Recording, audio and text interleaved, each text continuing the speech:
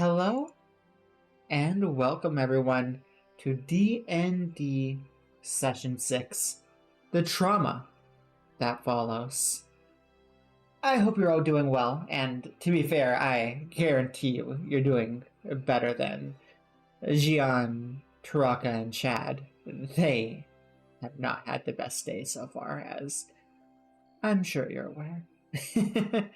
Tell me, Gian, Taraka, how are you two feeling right about now? I need to crush something. Are you a barbarian? I could be in certain circumstances. Right now, I could be.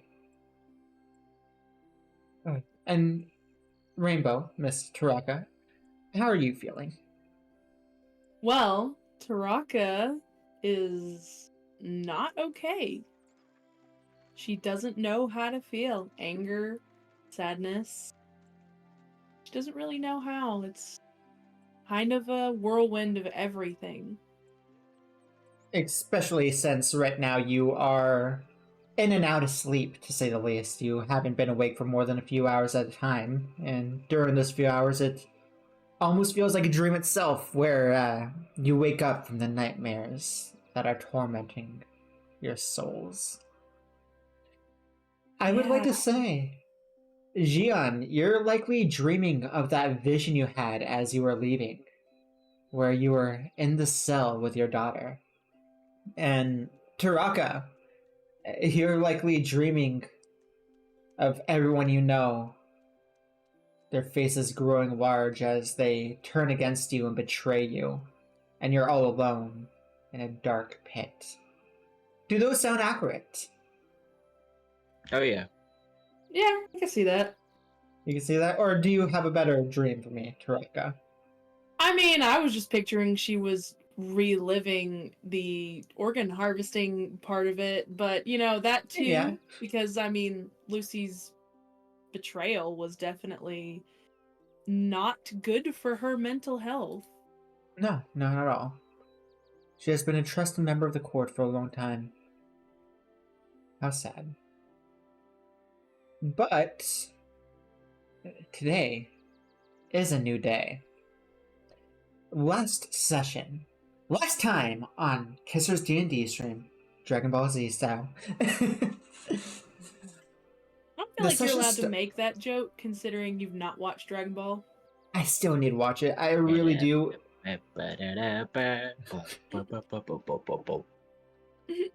Oh no, man. But yeah, so last stream, it started off with a knock on the door. There was Ezekiel wanting to get in contact with, well, Chad, Taraka, Gian. He wanted to offer a hand to come check out the 2 seconds. I have it right here. To come check out the Winter Festival. It was their anniversary for Lucy being in power and was holding a massive, well, festival to just show how much she cares about her people. And during this time, you got to interact with Ezekiel. Ezekiel seemed to be, well, just curious of what's going on. He could not imagine Nick doing anything that would harm someone else. He didn't want to believe it, but also wanted your side, wanted to know what was happening.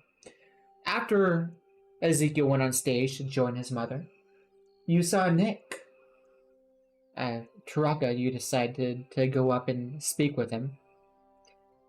Nick seemed to be rather distant and confused, didn't seem to quite remember anything that you were saying, or at least you don't believe he was. And after he scurried away, you saw Jade, and she was ecstatic to see Gian, Pablo, my bad, and Chad. How exciting! Oh man! Oh, I could play with Pablo? No way! Perfect. And Gian even let her just hang out with Pablo throughout the entire night. Even allowed her to take him home. I mean, you can't just summon Pablo whenever you wish, so hey, if she's enjoying his company, better on him. Am I right? Oh yeah, I'm sure he's having fun too. Oh, yes. Admit it, Gian just didn't want to deal with him for a few hours. He stays hungry. He stays under. He's picked up a few pounds while being with Jade and Amethyst. I'll say that much. They keep mice on the down low. They're tabaxis. They enjoy that. It's a I'm not that delicacy. strong. He better not get too big for me to carry. Just put him on your floating desk. That'll work. But He needs a throne. there you go. Whereas Pablo was having the time of his life, unfortunately, the day following seemed to put a damper on your guys' mood. You had to go do part 2 of the court case, plead your innocence. Lucy wanted to hear from Nick and Chad. And Nick, when he went on stage, his memories didn't line up with anything that you guys remembered. He was cordial and nice, offering a place to sleep and not backing out on his word. No poisons or misdoings of any sorts, as far as he could remember. And something had to been afoot. The crowd started to shout out, Taraka specifically, "This isn't right." And then Chad went on stage, and it appeared that his memories also weren't right. What could be happening? Taraka noticing that Lucy is the one conducting all of the memory visions, portraits, one might say. She requests to have someone else cast a spell, causing an uproar. People start to shout, things get heated. But a decision has been made already. A decision seems to have been made long before this. With a high enough perception, Gian managed to see a smile on Lucy's face as she cast this judgment down. Until we can get everything figured out, for the safety of all of our lands, it's with big regret that I must say that I'm sending all 3 of you, Chad, Gian, Taraka, to the dungeon, or to prison. I promise you will be safe. I promise you will not be hurt. I promise this will be resolved quickly. Huli, hoping that everything will be okay, knowing that she could win if she just has more time. She just found out that Beelzebub is behind this. This was brought up to court. I'll show you all what the Beelzebub symbol looks like. I attempted to bring up on stream last time and messed up a little bit, but this was a symbol that was found on Gian's clothing 2 sessions ago. The residue that he showed Huli. Huli had no idea what this was at first, but after a day of research and getting some help from Chaos in the Hells, a Devil Lord herself, she managed to figure out that Beelzebub might have a hand in all of this. Well, as soon as Beelzebub was brought up, it seems that Lucy was cutting the conversation short and just wanted to sentence the party then. Everyone got sent to prison. Marching down, all 3 of them got shoved into their holes. Taraka raging out, a half-hybrid in her cell, Gian and Chad in the other. After an hour, Chad realizes that he can't cast calm emotions. He's shaking in the corner. He's just a human. He's gone through stuff, but the past few days is anything that he's seen. A few hours go by, what seems like an eternity, and some Cambions pop up. They grab Taraka, Chad, Xian, and start escorting them, taunting them. Oh, that one might be good to sell to how do I forget the name? I always know. Linguinis. Linguinis, thank you. That one might be good to sell to Linguinis. Looks like his organs are intact. They laugh. Taraka and Xian decide if I'm gonna be taken, I'm not going down without a fight. They can't seem to hit Xian, even when he decides to lay on the floor. Taraka, on the is attempting her best to take them out. But even with their best efforts, I guess Xian's worst efforts, as he literally lied there, wanting them to hit him. Again, they didn't do the best towards Xian. Their fists seemed to just phase through his airy body. They could not figure it out. Amateurs. They managed to get Xian, Taraka, and Chad under control. Chad less so. He could not fight. Paralyzed in fear. He's ashamed. Feels weak. His magic isn't here, and he's not even strong enough to defend himself. With a name like Strong, how could he? The three of them get sent to their own respected chambers, where their organs, flesh, and magical traits began to get harvested. Kitsunes are known for their tails, after all. Well, if we can regenerate her, why not have 6? Ooh, this air genasi, there's a great... If we take an air genasi's lungs and grind them up, we can make a potion of water breathing. That would be amazingly useful. Let's go ahead and get a few of those. Oh, this, everyone loves humans. Let's go ahead and get 6 kidneys and sell those off. And after 2 days of this, 2 days of endless torture, endless harvesting, being regrown just to be harvested again, 2 people come in. They see an arrow get flung across the bow, piercing these Cambions in the head, taking them out with ease.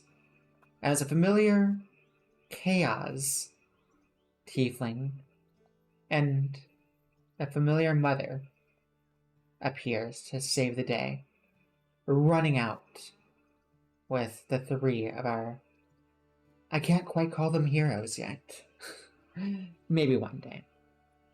They get rescued and have had 5 levels of exhaustion. Or I believe it was 5. Was it 4? Anyway, You said 5. It was 5 levels of exhaustion. They've been resting for a few days now. Their bodies are more or less back to normal. They're down to 1 level of exhaustion, and they are staying at Jade and Amethyst, which you can see on screen now.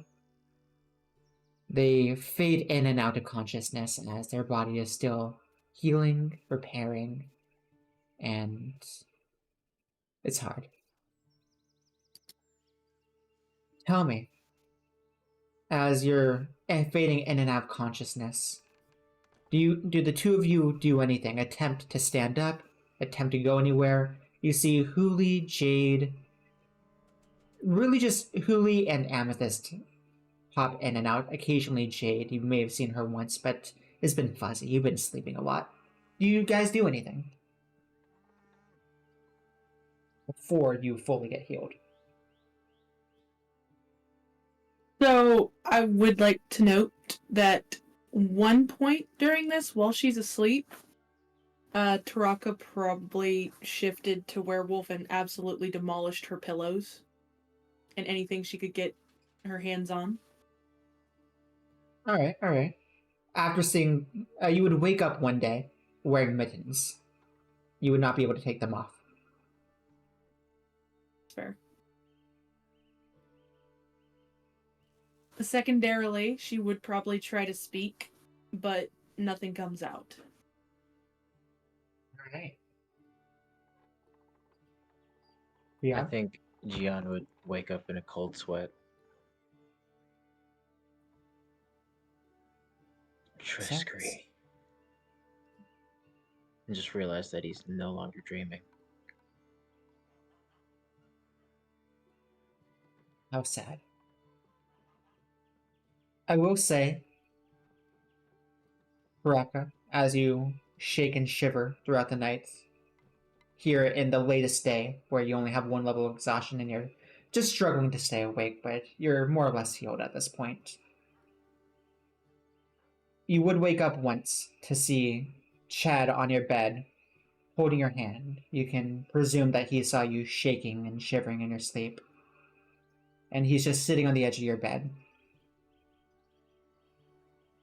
She would attempt to stand up, likely fail, and with that, she would just kind of like push him to where he's laying down instead of sitting on the side of the bed, and then just go to sleep. He stays holding onto your hand.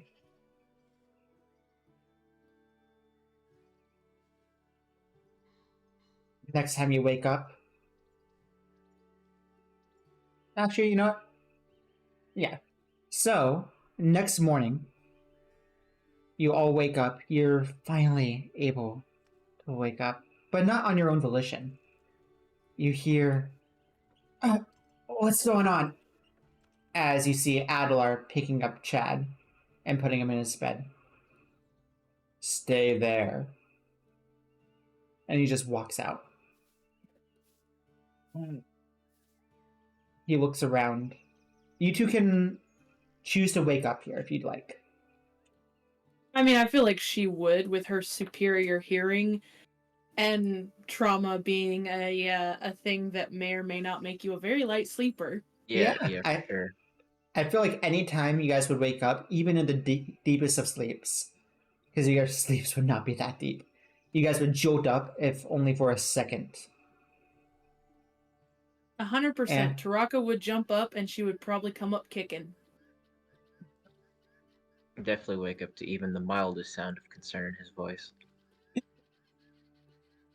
You definitely kick Adelar on the chest as he pulls Chad away, and he just looks at you, doesn't say a word, and then puts Chad in his bed. Stay there. She realizes she will try to say sorry, but nothing comes out. Makes sense. Makes sense. Well,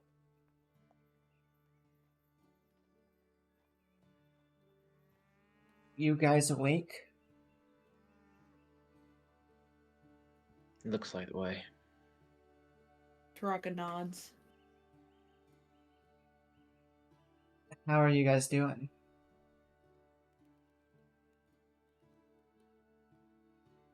Gives a thumbs up and a forced smile. Gian does not answer. He lowers his head. Yeah. Right about then, you hear the door barge open, likely scaring every single one of you guys. 100%.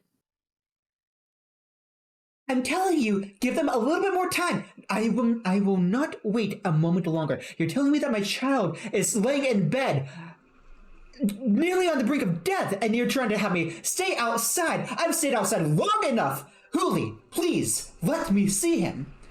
You all look up and you see Charles barging into the room, with Hooli trying to stop him, but failing. Taraka's having a panic attack. Hooli immediately sees this and runs over to you and casts Calm Emotions on you, while saying, Charles, please, they are sensitive right now. And he just goes up to Chad and, are you okay? Please, listen to me. And he immediately pulls his hand away from him. I'm fine. He goes to touch him again and he pulls away. Charles looks upset at that. Charles, I know what this looks like right now, but it's probably for the best that you calm down. What? Looks at Jian. Happened. For his sake.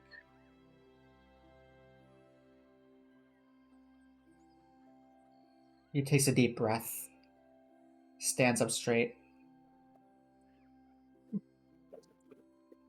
I apologize. I do not mean to be rash. Forgive me, but I got a call saying that my child was nearly dead. You're not my... That... I know. Chatsworth. Will someone please tell me what happened? Huli looks a little upset.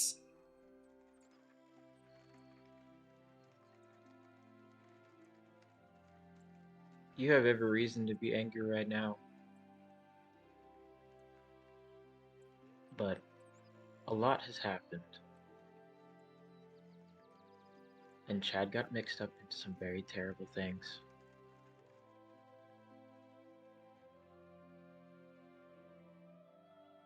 What type of terrible things?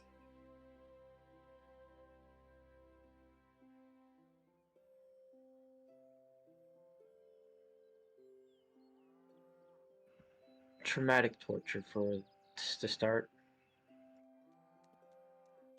His face goes pale white. Here, Charles. I'll fill you in, just... Please. Let them rest. Charles takes a long look at Chad before lowering his head as well. Of course. And Huli guides him out of the room while he does not take his eyes off Chad. The door shuts. And yeah, it's empty in the room for about 15 minutes. Do you guys say anything to each other during that time? Taraka is she's gonna curl up in a ball and just shake.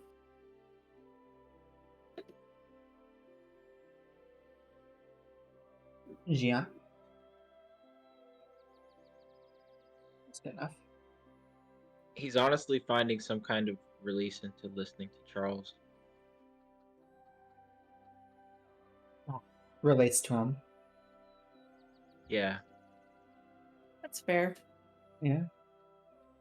Well, when Chad sees Taraka shivering, he stands up and sits by your bed again and just pulls out his lute and starts strumming his lute. The same song that you played him in the dungeon to calm him down. Aww.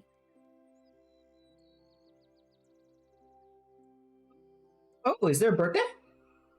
Hello, y'all. I'm having my brother birthday party. Oh, happy birthday to your brother. Thanks for stopping by. Appreciate you. But yes, about 15 minutes goes by, and Charles comes in with Huli. They're both bearing soup. We'll say after a few minutes of him strumming, Taraka would probably just kind of curl up next to him. Aw, how sweet. How sweet. Well, Huli and Charles come in, escort Chad back to his bed, once again. Second time in 30 minutes. You may want to stay there, Chadsworth. Thank you, Charles, for letting me know about that. She probably wouldn't say that part. You should probably stay there, Chadsworth. You don't want Adelar seeing you in that bed again. He doesn't say a word. Now, to discuss the future. How are you three doing? Cooley asks.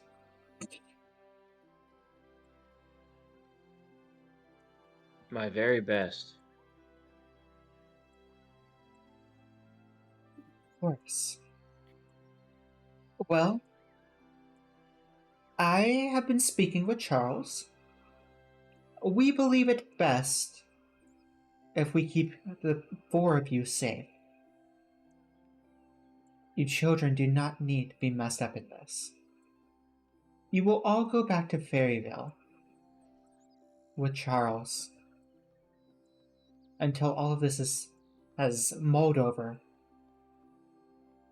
Taraka looks terrified and starts shaking her head. No. Charles sees this. Miss Taraka, I would like to apologize for my past transgressions. You must understand when a fae, a kitsune, no less, who is also a werewolf, who can't control themselves, appears into your house and starts to rage out, you might have some questions. I wasn't going to harm you. All I did was hold person you. I did not. I could have stopped you at any time. But, looks at Chad, I didn't want to interject. Although, well, I wanted to interject. But I wasn't going to.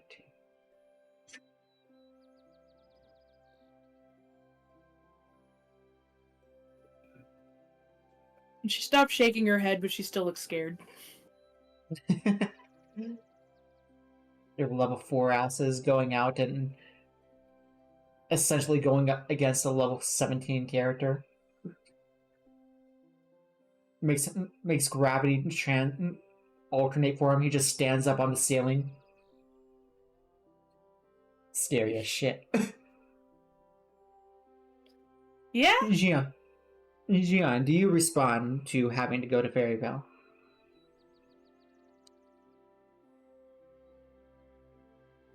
I'm trying to think of how to adequately shit on it. You will also I don't all know take. how to react if someone says the wrong thing at the wrong time. Wait, what's that? I'm not sure how I'd react if someone says the wrong thing at the wrong time in that town. Well, I understand that they are not too keen on other types, but I promise it's safer in Fairyville than here in the Feywilds right now. If you would like, I can give you an amulet of illusion. It will change your appearance to however you would like to look. Or at least your race.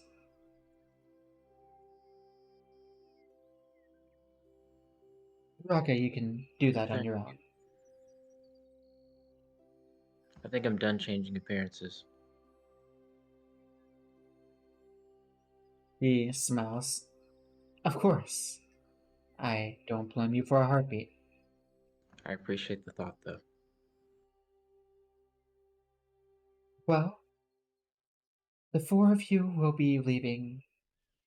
She looks sad. Soon. Raka, I will be in contact. Please be safe. And she hugs you tight. And Taraka jumps and doesn't push her away, but is shivering at her touch. Hand touching's okay, but like full on touching, not as much. Of course. Of course. Does no one question her, by the way? That's twice now she said the four of you. The four of you children will be going with Charles. I did not catch that. No, I can't ask anyway. You can't. What do you mean by 4? Oh, well, of course, Amethyst is well aware of the situation going on, and the last thing she wants is for Jade to get in the middle of this. She will be accompanying you. She will make sure that the four of you are safe, or that the three of you are safe.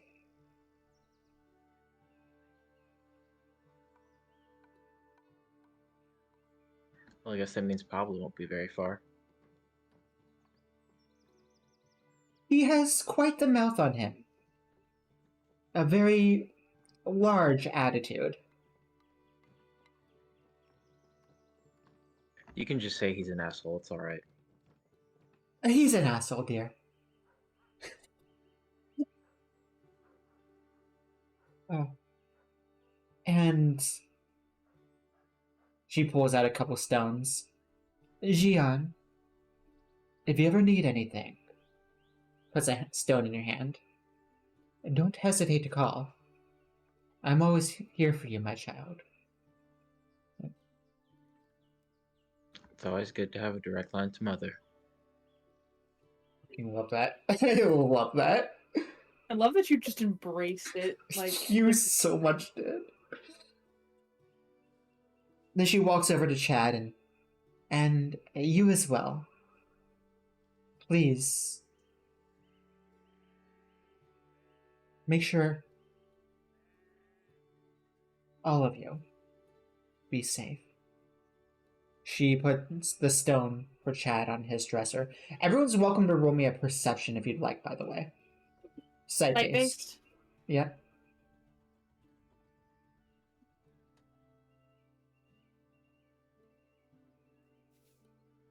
What's a It's a 50? 9. A 9. Well, Jian, you can tell that her appearance might be an illusion, but you can't see underneath it. Chad rolled high enough so that he can tell. It looks like Huli has not slept, showered, or really taken care of herself in days. Her hair is matted and tear streaks under her eyes. She looks. Chad can tell that she looks like she's on the verge of crying now. Please, all of you, say goodbye before you head out.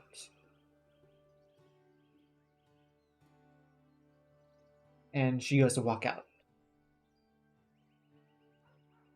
Everything will be all right.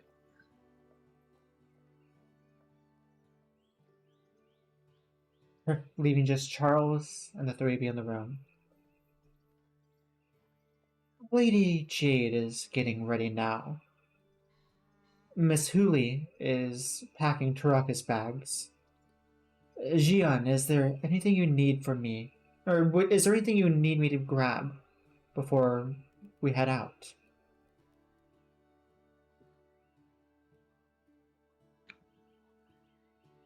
My things are all in my room.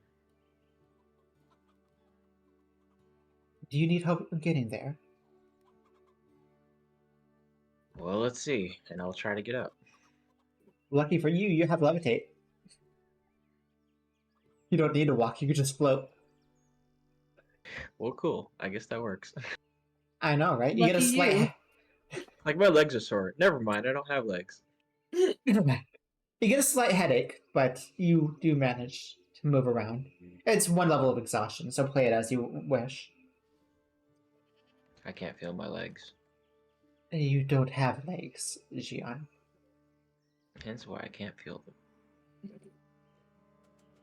them. Very funny. I see why you hang around Sir Chatsworth.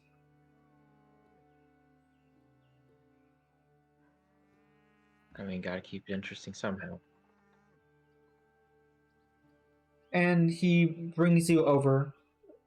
Taraka, you see him pull out a familiar key, stick it into the door, and you see a familiar home on the other side, and guides Jian through. Taraka, do you wish to go in as well? Oh, heck no. I'm waiting on Mom. Makes sense. Charles, that was a joke, by the way. My legs are actually absolutely killing me. I still feel them. so you could feel them inside this form. Unfortunately. I'm sorry. Perhaps we can... Never met an air genasi before. But... Huli... he could be talking to you as you're walking to your room. Huli mentioned that you were... tortured. I've also never met an air genasi before, but I feel like I know them so intimately now. He looks a little confused. I'm... Oh, yes. Huli did say that they changed you?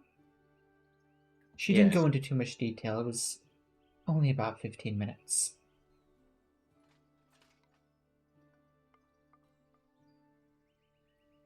I'm not a genasi. I was made into this form. And something about having your insides explored just seems to let you feel everything. And I feel like I feel everything. I feel every muscle as I float. I see. I feel sorenesses in places I've never perceived before, but they're so conscious now. Beyond the soreness, it's incredibly overstimulating. Since we're back at the manor, perhaps I can help you. May not, but I have a couple ideas that may work. If you wish my assistance.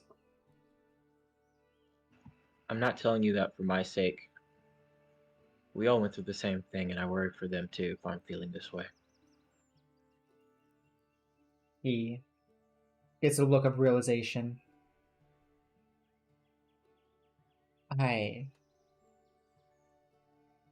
How is Chatsworth?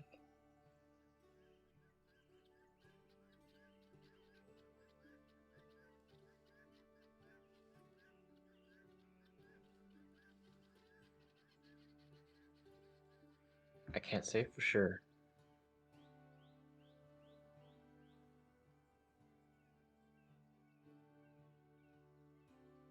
He definitely keeps things to himself a lot of the time. Oh, he always has. Boil over. He always has.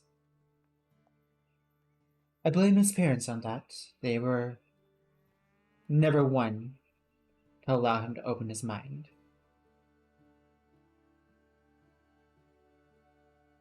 But he always insisted on speaking through song. I never understood it. Perhaps I should speak with him. Thank you. It always Ujia. pays to listen to your kids. He smiles at that. He goes to shake your hand and remembers Taraka shaking and goes to put his hand away.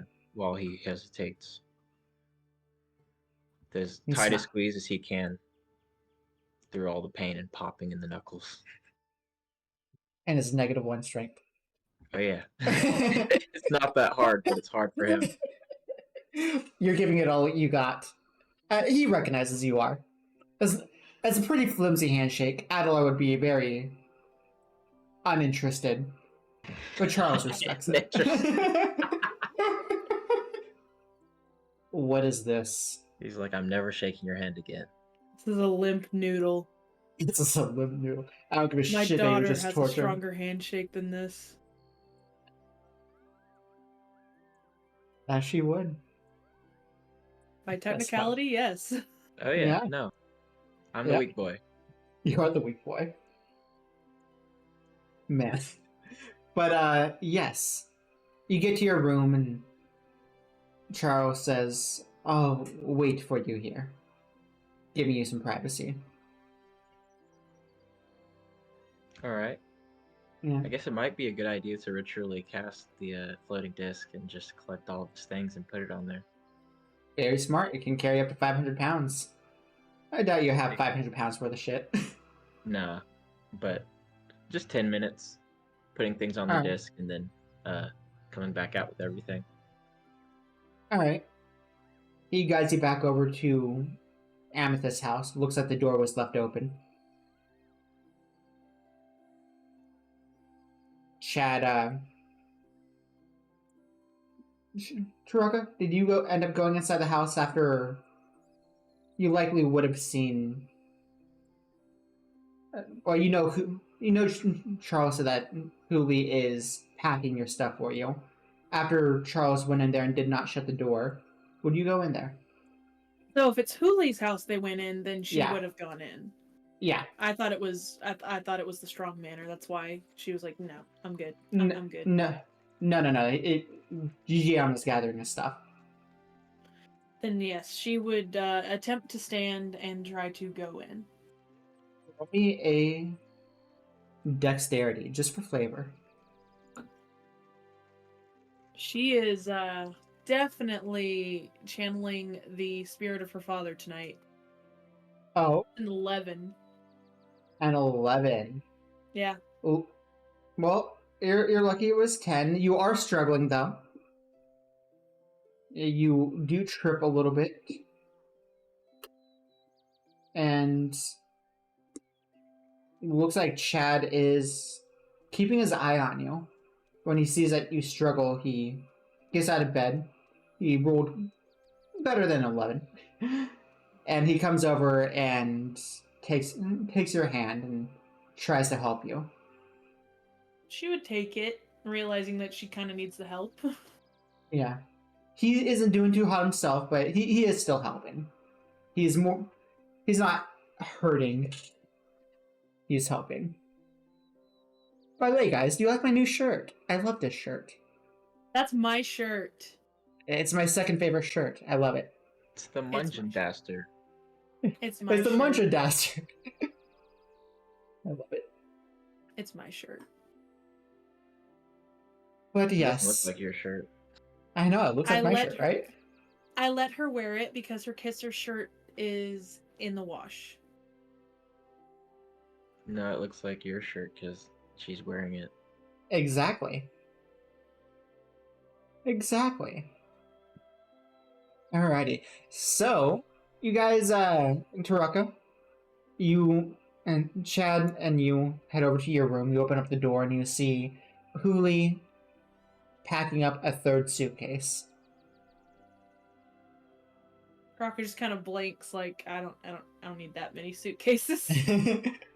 She looks like she's packing your entire room. She doesn't know what all you'll need, but she has everything. I look in the suitcases. I shake my head and I empty out one and then just start putting the things I know I need. Taraka, what are you doing? It's okay. Just rest. I got this. Don't worry, dear. Mother's here. I can handle this. Taraka tries to say something and nothing comes out. But she shakes her head and starts, again, just packing the things she needs instead of all the 3 suitcases that Hulu packed. Overprotective parent. I mean, we got the disc for it. We got the disc for it. Yeah. Yeah, but Taraka's like, I don't need 3 suitcases. Hooli is still attempting to fight you, and Chad will speak up for you after seeing that you can't speak. I'll help her pack what she wants. She looks concerned, but obliges and just sits in the corner, watching the two of you. And Taraka just packs a bag full to the brim of just the minimum amount of clothes, toiletries, and maybe some painting supplies and things like that. She doesn't know how long she's going to be gone. But she makes sure it's only 1 suitcase.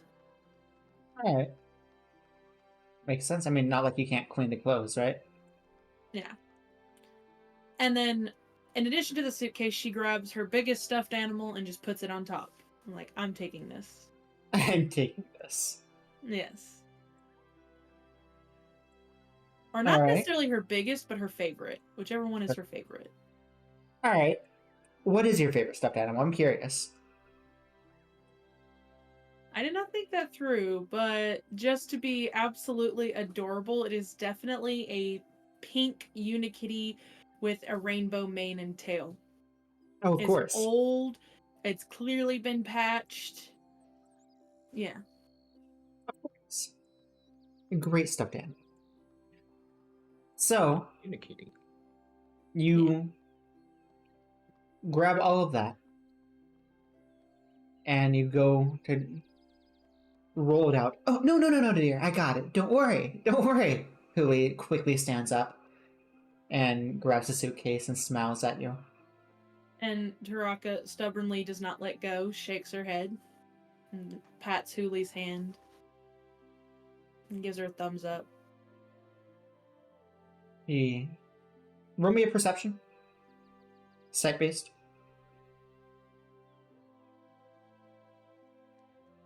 $15. With advantage.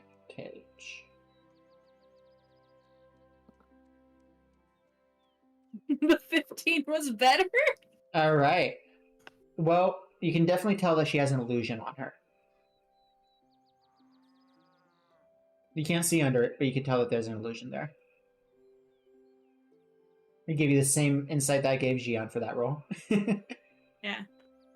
Yeah. And she's gonna try to give a smile that looks more genuine, so I'm gonna roll deception on this.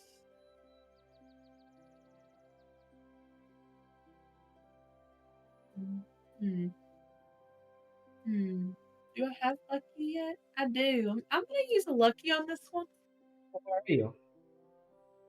Oh, that's significantly better. That's a 27.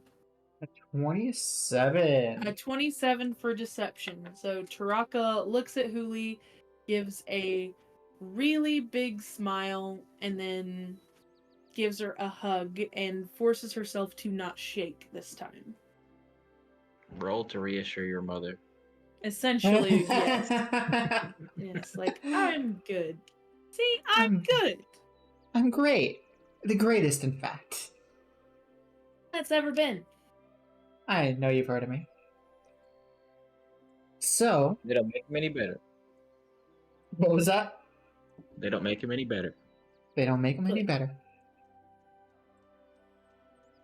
She walks with you back to Jade's house where you see Gian and Charles. Charles will speak up. Oh, and also before Taraka, Chad, and Huli walk in, Gian, you would note that Amethyst and Jade also walk in. Jade looks at you. Hey. She has Pablo wrapped around her neck. How are you both? I'm sure I'm better than you. That's fair. Apologies But- for my bluntness.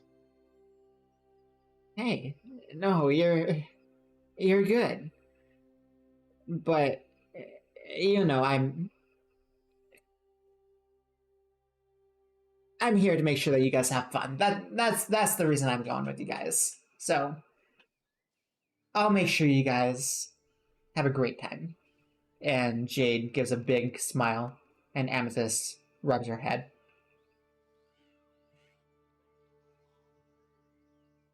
It'll be fun to be entertained.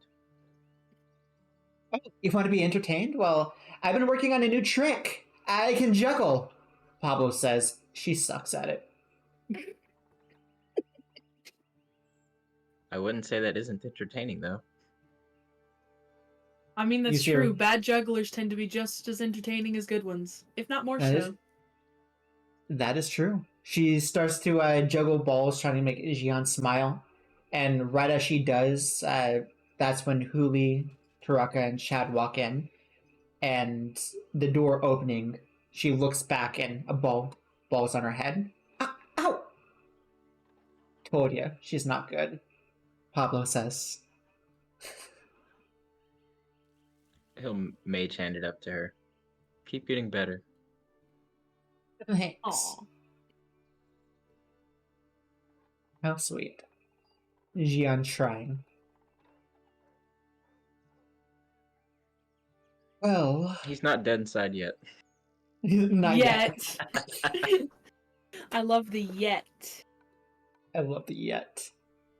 It's all these kids, they're just keeping him barely sane. Let's be honest. Just barely. Gotta If be he positive for the kids. if he wasn't forced to be a parental figure right now, well, he would not have his moral standards. Thank Man. God you're surrounded by children. Thank God Oh, he's yeah. surrounded. It's that It's empty nest fucking- syndrome or something. That's fucking hilarious. Oh, man. But yes, so you all walk in there. Charles to speak up. Well, is everyone ready to move on? Honestly, the sooner I get over being in this town, the better. Of course. Taraka will nod. Charles will shut the door into Huli's house, take out another key, stick it in the same door, and open it up. You would all recognize this house to be the strong manor on the other side of the store. He holds his hand open, guiding you all in. Go on in. Alright. Taraka, you go in as well? Taraka will hesitate, but will look at Huli, give her that big smile again, and one more time hug her. Trying not to shake, she'll probably shake a little bit.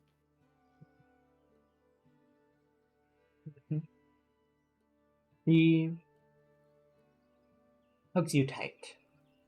And then when she goes to leave, she'll just give her mom a heart. Huli will say, remember, you all have sending stones to me.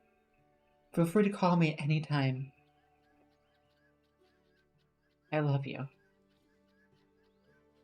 And Taraka tries to say I love you. Nothing comes out, so she points to her eye, to her heart, and then to her mom. And you also hear Amethyst tell Jade, remember, keep them safe. But be safe yourself. If anything strange happens, what do? I'll run away, Mom. Good girl. Please. Make sure everything. I'm good. I'm good. I'll talk to you soon. I love you. Love you too. They walk in. Or Jade walks in. Do you say anything, Jian? Just take in the moment silently. Taking the moment. These families addressing their love for each other. Something that you long for once again. You all walk through the door. And you watch as the door to Sylvanwood shuts. I think I should start on some lunch. How does turkey sandwiches sound? We just got a shipment of fresh turkey in today. It should be. I can start cooking it now. It'll be fresh and delicious. I can go ahead and make some. Do you guys like chips? I can make chips. I don't know what dragons and kitsunes prefer. I apologize. I've had plenty of turkey in my day.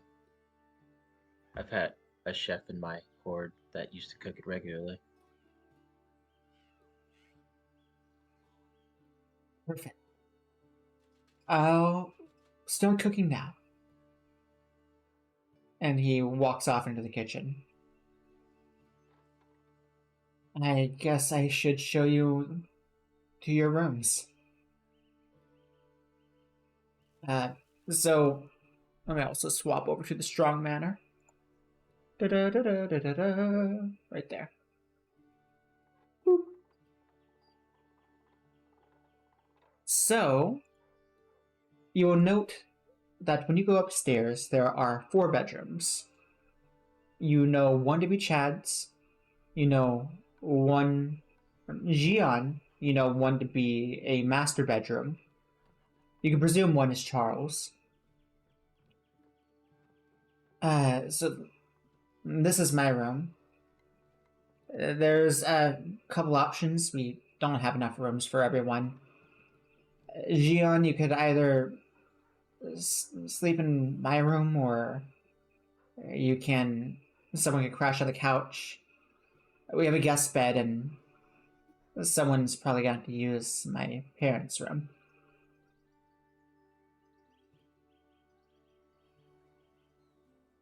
Chad, you should pick first. This is your place after all. Well, I would like I my. wouldn't wish to disrespect your space. I would prefer my bed, if I were being honest. Taraka points downstairs and then to herself. I'll take the couch.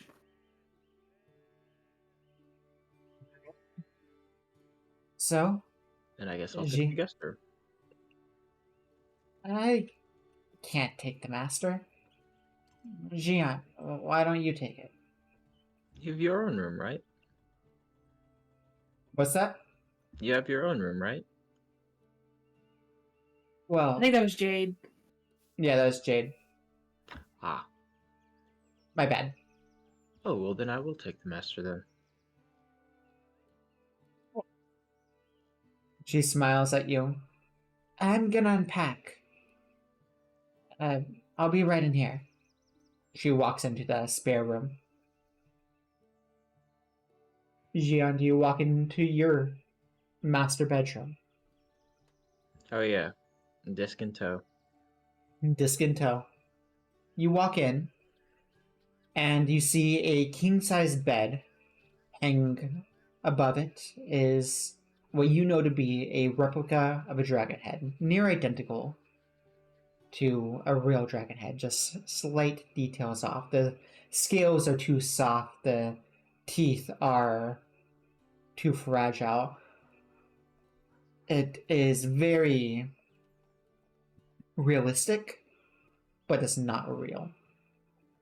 Aside from that, you see trophies galore and portraits of the man and woman who you know to be the statue in the center of town of Berryville. By the closet, you see 2 glass cases with armor stands. There appears to be a matching set of male and female armor, along with one having a rapier, one having a scimitar. The female having a rapier, the male having a scimitar. There appears to be jewelry all over, a few jewelry boxes, and if you open up the door to the closet, roll me Arcana. It's a natural one. And not one. Wow, there is a lot of stuff in here. That's all you know. Anything shiny particularly? Yeah, there's different sets of armor. There's for your nat 1.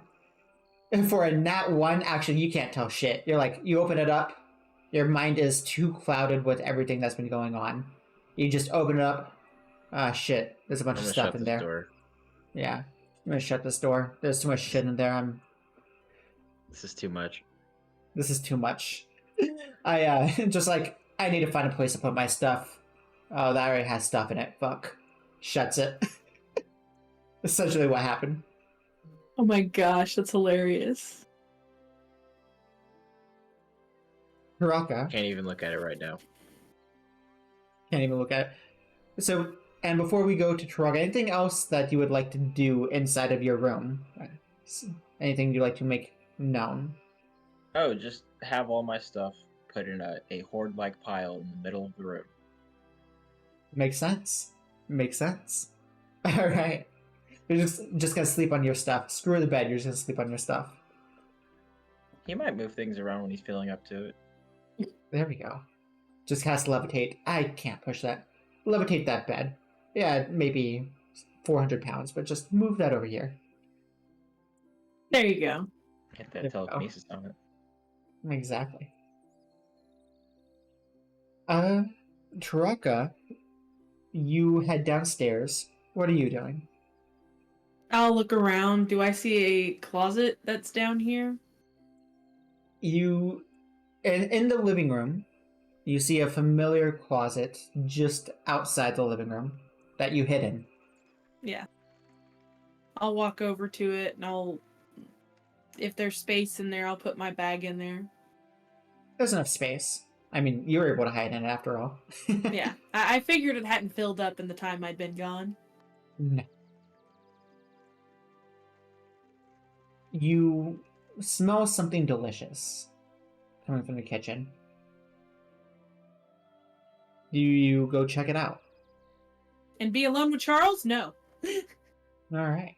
Gian goes immediately because he's starving. There we go. When she Perfect. sees Gion, she'll head in there. So you see Jian coming downstairs, almost, well, he is levitating, just following his nose, quite literally. Pretty much.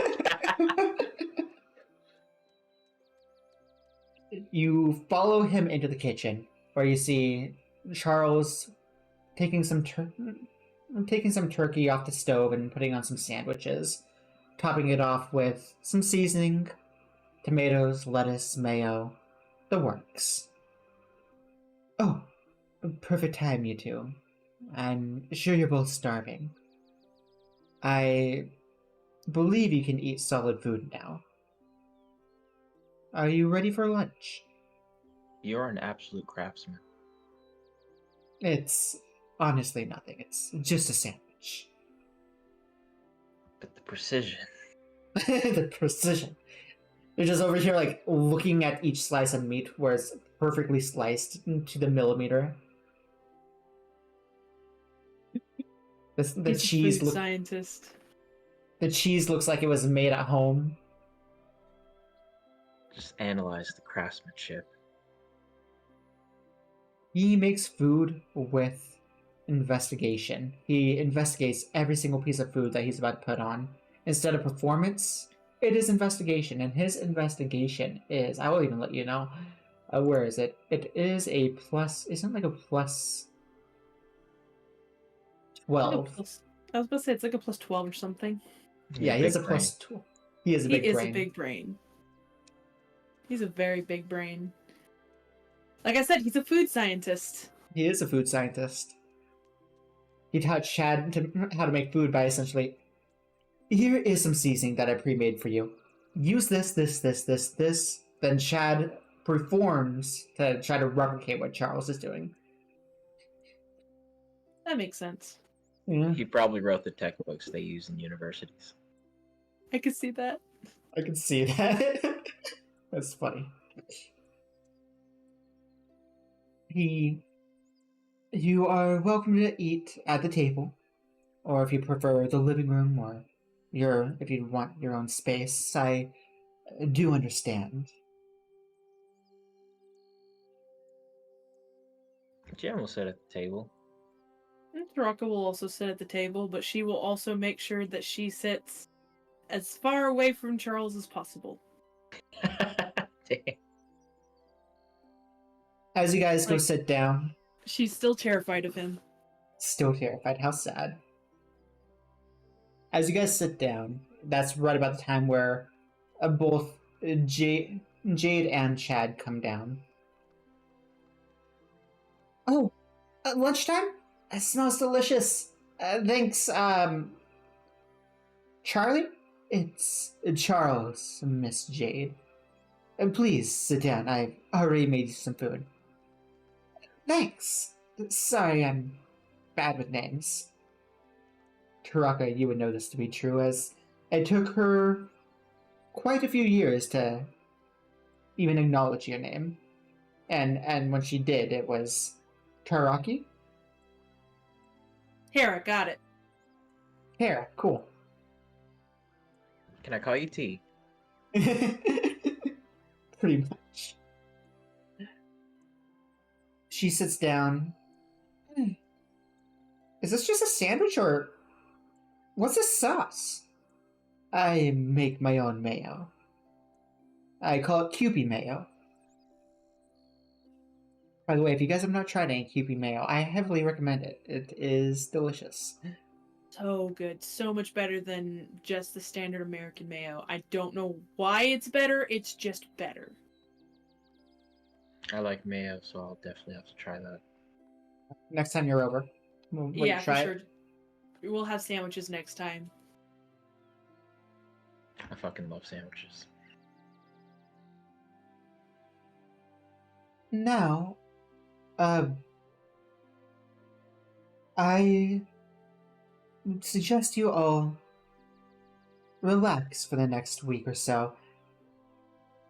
I can't force you guys to do anything, not fully, but if you want my advice, take some time to yourselves. Do what you want to do. There is a festival going on tomorrow, so... Or not a festival. There is a parade. Or I guess a festival. There is a festival in town tomorrow. If you guys would like to go, let me know, and perhaps you can have some fun. I know I have some studying to do first before I join you with that, but I will be there at some point. Well, we do have our own library if you'd like my assistance. Have you any arcane tomes? I dabbled. Arcane isn't my specialty, but I know a thing or two. And worst case scenario, I do know a brilliant enchantress who taught me everything I know. I'll take all the brilliant minds I can get. I'm working on a few spells. I need to sharpen my arcane theory. Perhaps I'll call her over then. Her name's Urza, a brilliant woman. You have already met Urza. Remember Urza, I'm gonna let the memories do its thing. Hold on. I can't find it. You can't find it. Urza was the girl who initially showed you the vision of in the scrying orb, and then told you that I'll try again for 7 days to try and scry on your wife. Or no, try to scry on the person who wrote you this note. I forget who. When did we go to her? When did we call her? Like first session time? 2. No, I mean, but Eh. who are we with? Because someone brought her. Chad. Yeah. Okay. Yeah. Yeah, this was like a Alright. week and a half ago now. I got you now. Actually, closer to 2 weeks now, yeah. She was expecting you 7 days ago. She thinks you're dead, by the way. I'm just gonna say it. Oh, wonderful. That's fair. Yeah. I feel dead, so I guess it works. I was gonna say she's not far off. I know, Just right? walking like a partial corpse. It's alright. Straight up. Not undead, but definitely a living corpse. Makes sense. And I am going to go ahead and head out to town. There are a few supplies that I'm running a little low on. If you guys need anything, you're more than welcome to let me know. I can grab what you need. Kind of want some fresh air. I can go with you, Charles. Or I can go with you, Chadsworth. I'm good. If you're going out, could you grab some arcane spellbook paper? Yeah. I could do that. Of course, Chad. It's worth. Well, here's my list. He gives him a half smile. He and stands up and goes to walk out. I greatly appreciate it. Taraka's gonna follow him. Where is she? Eh. All right. Not being stealthy or anything, she's just gonna get up and just follow. All right. She will give Charles her plate, which is, I will note, not prestidigitated this time, as it requires a vocal component, and she is unable to do that right now. Makes sense. She will hand it, bow, and then follow Chad. How much of your food did you eat, by the way? She actually ate all of it. She scarfed it down like she had not eaten in a week. That's fair.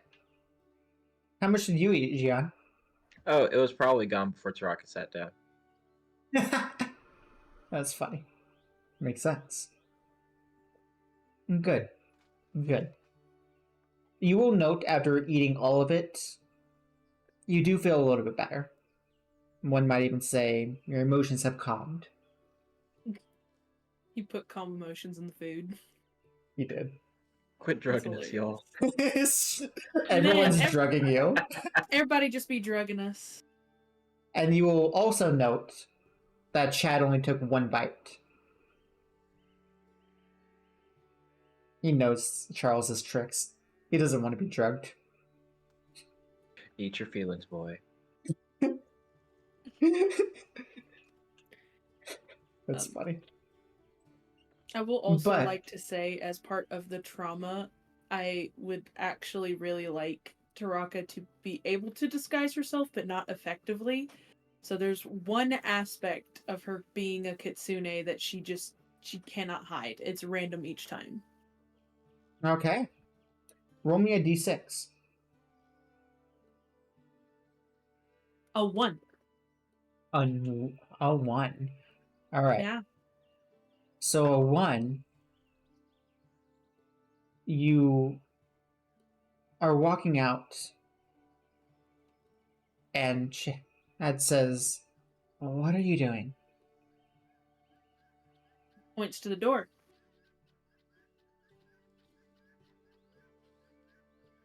It taps the top of his head.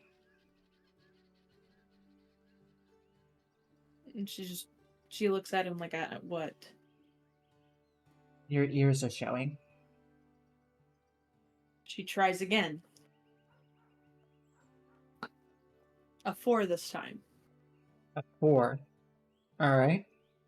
You shrink your ears, but you note your nose. I would like to make this a save, actually, because there would be no way for you to go outside otherwise. Alright. Yeah. So roll me a wisdom save. The natural 1. Okay. Yeah. So this time, you note that you have a tail left out. They're nubs. They're really small. Only one is fully back. The other one is kind of still regrowing. It's about half full.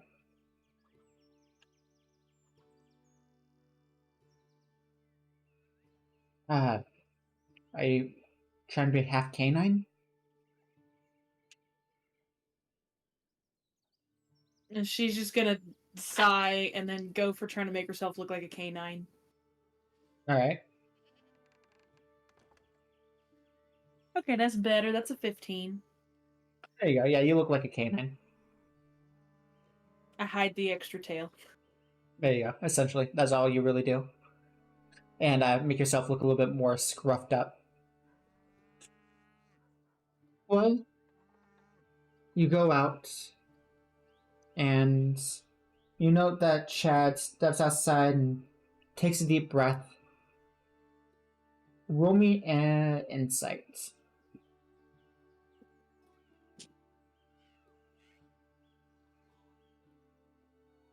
That's a 4.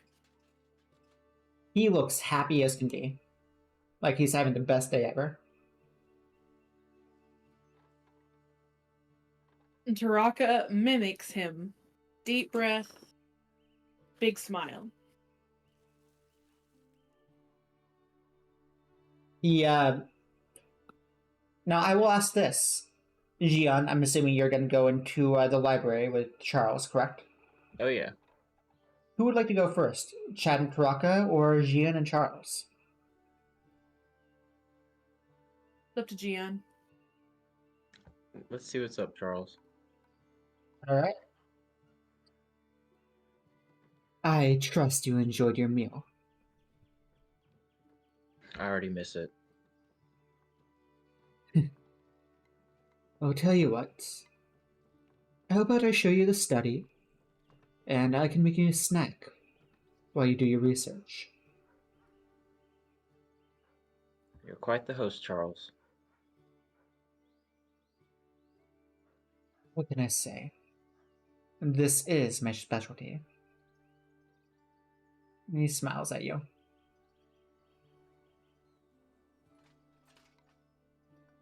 He There's a guides point you. where I thought you were going to kill me. Oh, only if you would have heard Chad. Or only if you would have heard Sir Chadsworth. But back then I merely wished to question Taraka. And then you. And then you cast Levitate on me and threw me out of the ceiling. I was not expecting that, I must say. Good play. I see you have some strategy in you. Throwing your opponent off guard. While y'all are doing Gian and Charles, I'm gonna run and get us water. I would appreciate that, actually. It was a skill I had to pick up very quickly once I lost my brawn. The Bronze Dragon. He raises an eyebrow.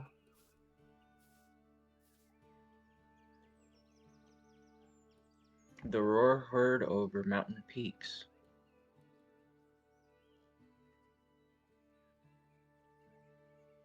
Would that be a look? Sorry, repeat that. Sorry, Rainbow came in. He said the roar heard over mountain peaks. They are mighty, powerful, fierce, and strong. I'm sure you'll get back to your former glory soon. And he guides you into the library. It's not nearly as expansive as Hooley's, but it's nothing to sneeze at. It is 2 long walls filled with nothing but books. What is that you are looking for in particular? Perhaps I can help. Something of a more divine nature, but still arcane. There's a spell I'd been looking into that I think would be incredibly useful, but it is beyond my current capabilities. What spell might this be? He'll pull out his spell book and look inside and find this 5th level spell called Hallow.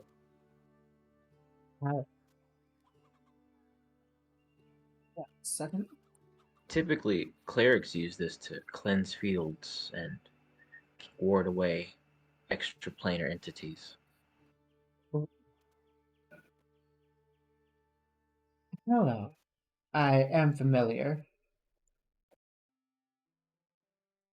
You're looking for insight as to how it works. I apologize. I hear an echo because Rainbow left the doors open. You're looking for insight as to how this works. Perhaps this might help. Protections for protections of the gods is what it's called. He hands it to you. I'll give it a look over and take it. By the way, oh, thank you, Rainbow. I could hear a big echo from the doors being open. By the way, if there's anything you would like to know, perhaps anything on your mind, I am here for you. You protected my son throughout all of this, and for that I am grateful.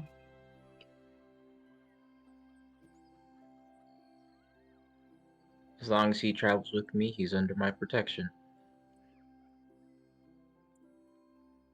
Smiles at you. And for that, I do wish to give you this. And he pulls out some cloth out of his bag. It looks like almost looks like a cloth strip. You can roll me Arcana if you'd like.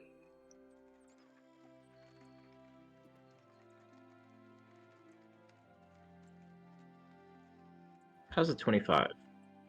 It is glowing with a magical aura. You see text on side this cloth. It appears to be a weapon modifier, is what it says. Our weapons will know no limit to the strength.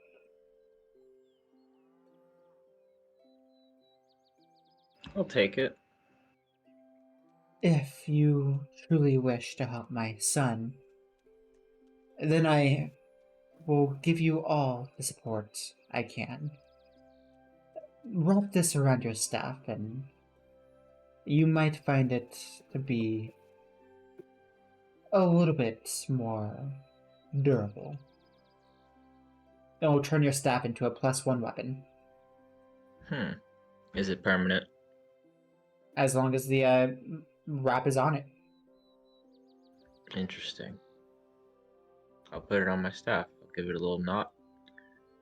Add a little braid to it. There we go. Congratulations, you got a weapon upgrade.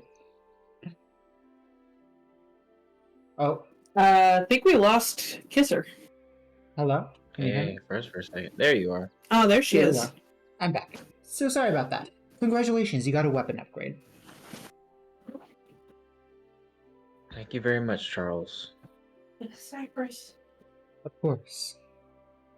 And he bows to you as he grabs a book off the shelf and starts reading one himself. He is there until you choose to leave. If you wish to spark up more conversation, he is there.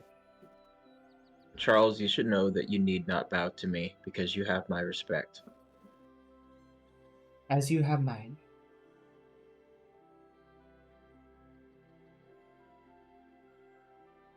He smiles at you.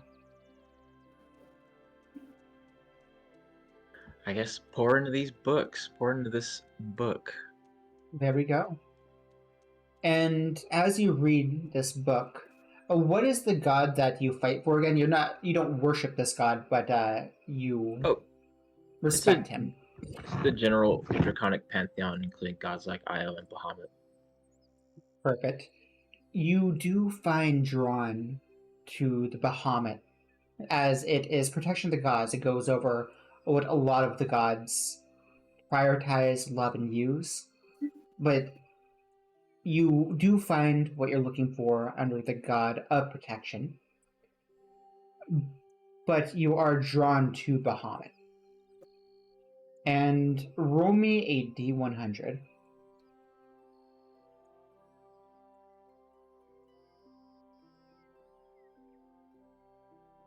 That's an 80. An 80. There's some text in this book that you do not quite understand. And there almost appears to be symbols.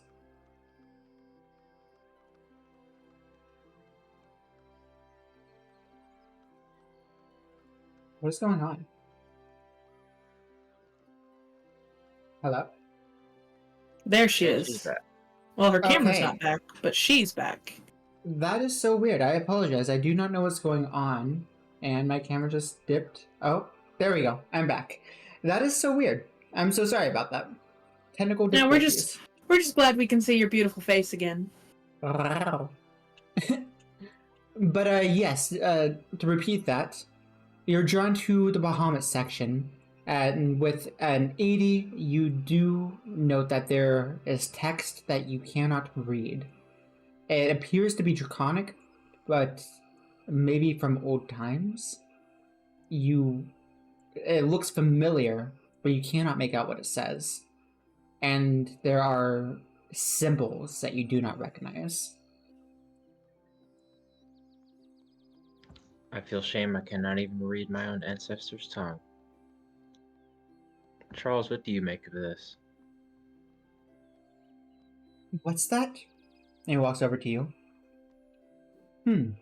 It's in some sort of elder draconic language. Yes, I read that book before and I was stumped on that. I am uncertain as to what it says. I do apologize that I can't be more help.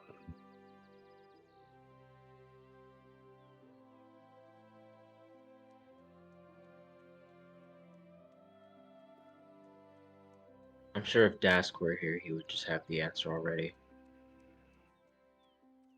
Dask is... The guy who I got this spellbook from.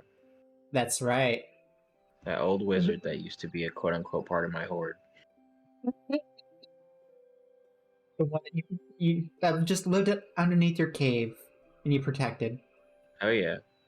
You haven't seen him in the past 30 years. He retired 30 years ago, but you're sure he's fine. You're sure he's fine. He better be fine.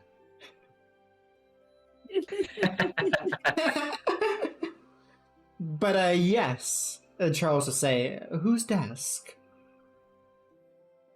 That's who that spellbook used to belong to. He retired some time ago. He's a great wizard. I see. Wait. Do you mean Daskier? He didn't like me calling him that, but... He is of a great wizard. I hear he disappeared many years ago. No, he's just been hanging out with me and mine for a while. Just didn't want very much fuss and not too many people come bothering dragons. I see. He got me started in magic. Well, maybe it would be good to go out and speak with him.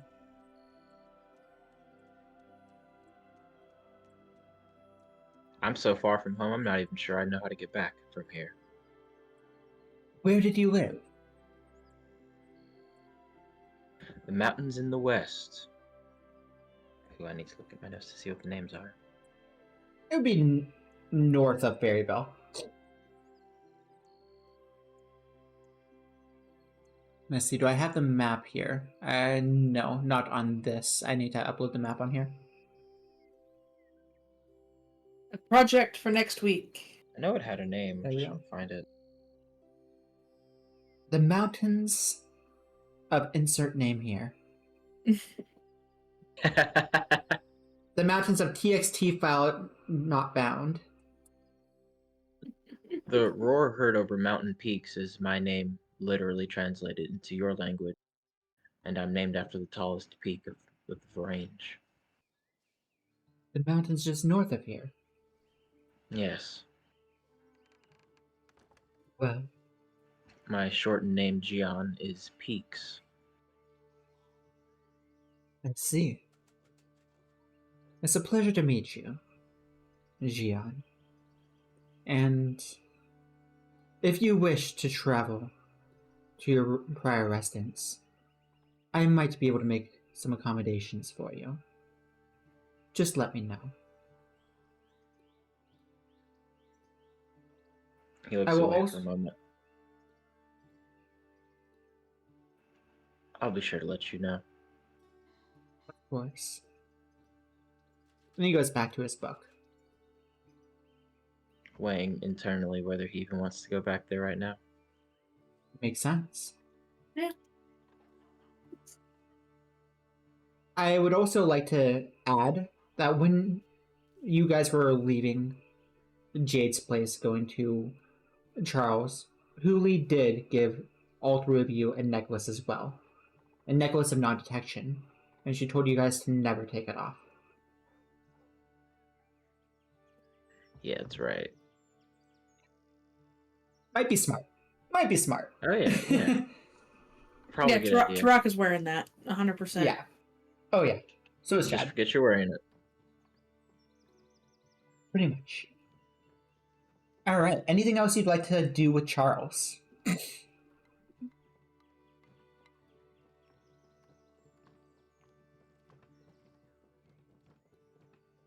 Probably ask him about how Chad was when he was younger. Just growing up and stuff. Start bonding with him over Chad.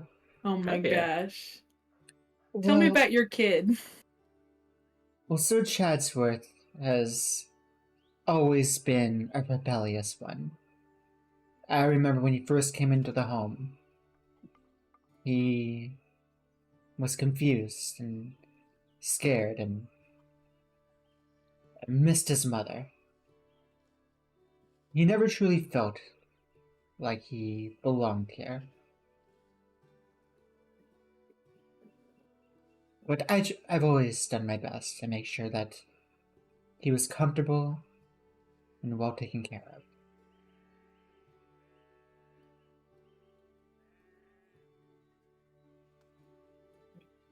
Do you question him about that at all?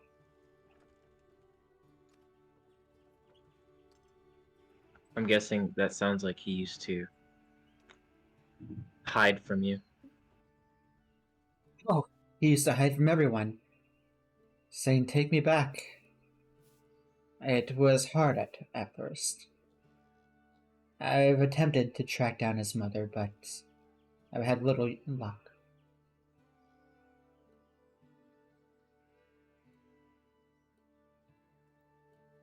I can't imagine he enjoys too much living in the shadow of his parents' legacy. I don't know how that boy feels. All he ever says is, "I'm the greatest," and then does not speak to me otherwise. Or he'll go out and flirt with everyone he can just to get discounts on whatever products. There's been far too many times we've had company in our home.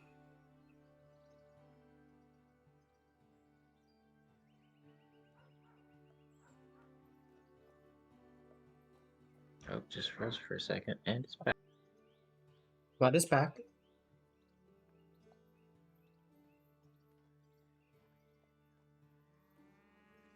You I wonder if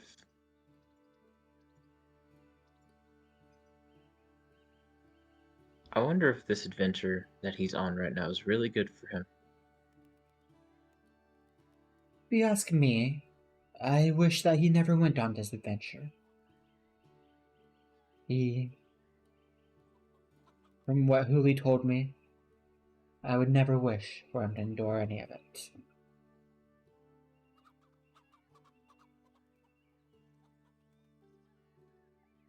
No, but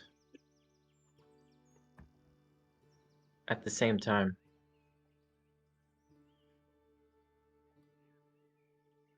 he might find something of himself. Something he's not putting out there, but something that's truly within. I don't know what he'll find, but I just hope that he recovers all right. It's truly the terrifying part. You never really know what you'll find. No, you will not. Lady Huli told me that you have had a family as well, correct? I'm not really sure if they're gone yet. Tell me about them. Or maybe I haven't accepted it. But they're everything.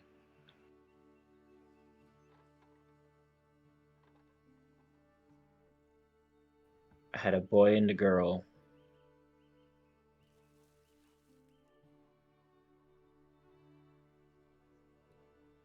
And then castled my wife.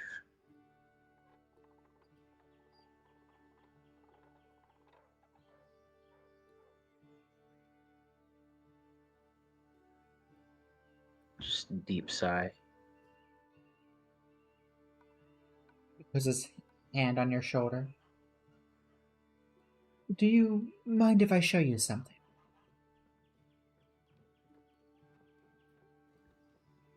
What do you have? He guides you over outside the library into the backyard. There is a beautiful garden. It looks to be blooming ever so beautifully. There's flowers from all over the realms here. Seems as though every plant is from a different place. I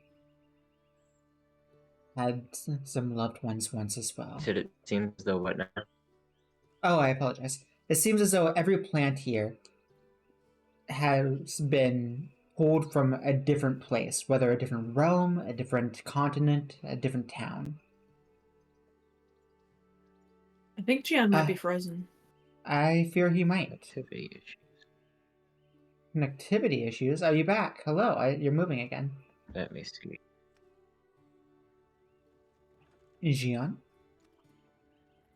So, I guess you guys can hear me right now, but Yes. I'm having some what seems like latency. Oh no. Oh, I'm so we sorry. just lost it. We just lost him on see. stream together as well. That we did.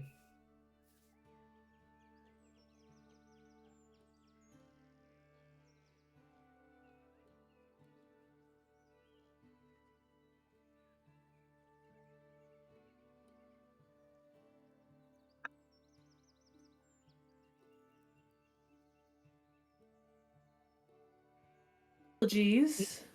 Gian? Can you hear us? He is still in Discord. Oh. Alrighty. So, we will come back to Gian. As there is a bit more... Better. Oh, can you hear us? So, Gian? We just lost him in the Discord as well. Oh, unfortunate. We will come back to Gian. But, for now, we'll move on to Chad and Taraka. Gotta love technical difficulties. I mean, no, you don't have to love them. In fact, it's more accepted to hate them, but you know, they happen. Oh, no. You see, they're amazing. Perfection incarnate that everyone adores when technology doesn't work. Oh, is Gian back? Let's see, he's in the Discord. I see him popping up. Working. Can you hear us? There's the face. Hey, welcome back. Brilliant. So Gian, we do not it's need to swap. Oh, no. So, just to confirm, you can hear us, correct? Yes. Brilliant. So, I can hear you. perfect. As Charles said, or as you see, it seems as though every plant could be from a different either plane, continent, city, or town. Everything is different but vibrant and beautiful. He says, I have lost someone that I care deeply for as well. I understand how hard it is. The plants help me remember that to see. The plants help to remind me to see beauty in this world. And you see him start to water some plants. Would you like to join me?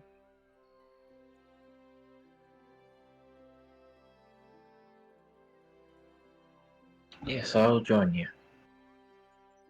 He smiles. Chesworth would never join me in this. I appreciate the company. And he goes on to explain the delicacies of flowers and how they inspire him. I was once in a dark place when I first joined the Strongs, that is. It was started off grand. I was just their chef. Eventually they asked me to come in on some... Eventually I persisted on joining them in some battles. One of those battles did not end so kindly in my favor. It cost me everything that I loved. Everything that I knew. But seeing how fragile life is, it really makes you appreciate the simple things, the smaller things in life. And he takes a flower and plucks it, hands it to you. I'll take it and look at it. He smiles. Look between his fingers. Take as much time as you need. And he goes inside. There is much to appreciate in all this. While you are I can outside say I alone, appreciate the nomlings on a different level now.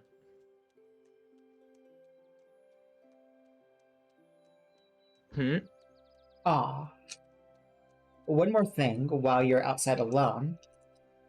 Roll me a perception check.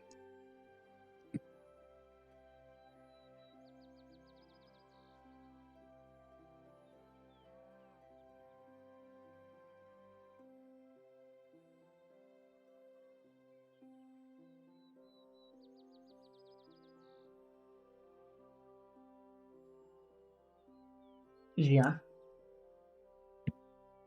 I'm not sure if you guys can hear me. Now I can hear you.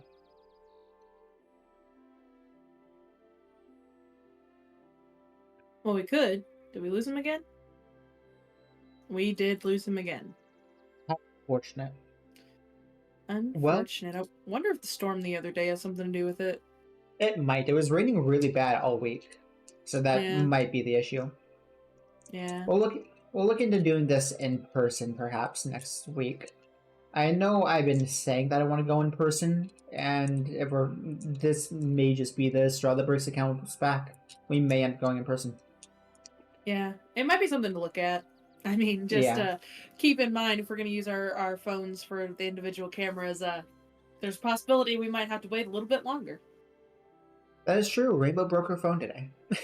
Rainbow did break her phone today, like an hour and a half before stream. Oh my. So much fun. Bright side, it's an excuse for Rainbow to get a new phone. That it is. Man, I was thinking that this big fight that's gonna happen would be like 1 to 2 sessions after the tormenting scene. No, it's gonna be like 5 sessions after the tormenting scene. There's a lot of RP going on, which I like RP. Is building Yeah. up this climax. I mean, Everyone's feelings must be known. You really have to take into consideration who your players are. Yeah. And you know that both Callow and I are very, very heavy RPers. We like to get into our character. Yes. I gotta make Kisser pay for my phone or she doesn't love me. You heard Papa Kisser. You gotta pay for my phone or you don't love me. How sad. Wow. I'm sorry, Rainbow. I'm keeping my stocks. Oh, that's okay. That's okay. I'm a bad bitch. I can take care of myself. It's unfortunate that Xion dipped out right here, because there was potentially a great encounter that could have happened. I mean, he should theoretically pop back in. He's just having internet issues, seemingly. Yeah, I mean, yes, obviously. Yes, we are obviously, still... Yeah, we're still going to be having that encounter once he's back, potentially if he rolls high enough in his perception. But it may just have to wait 30 minutes. Give or take. Give or take. Yeah. But if we do go in person, we should definitely look at terrain and stuff like that as well.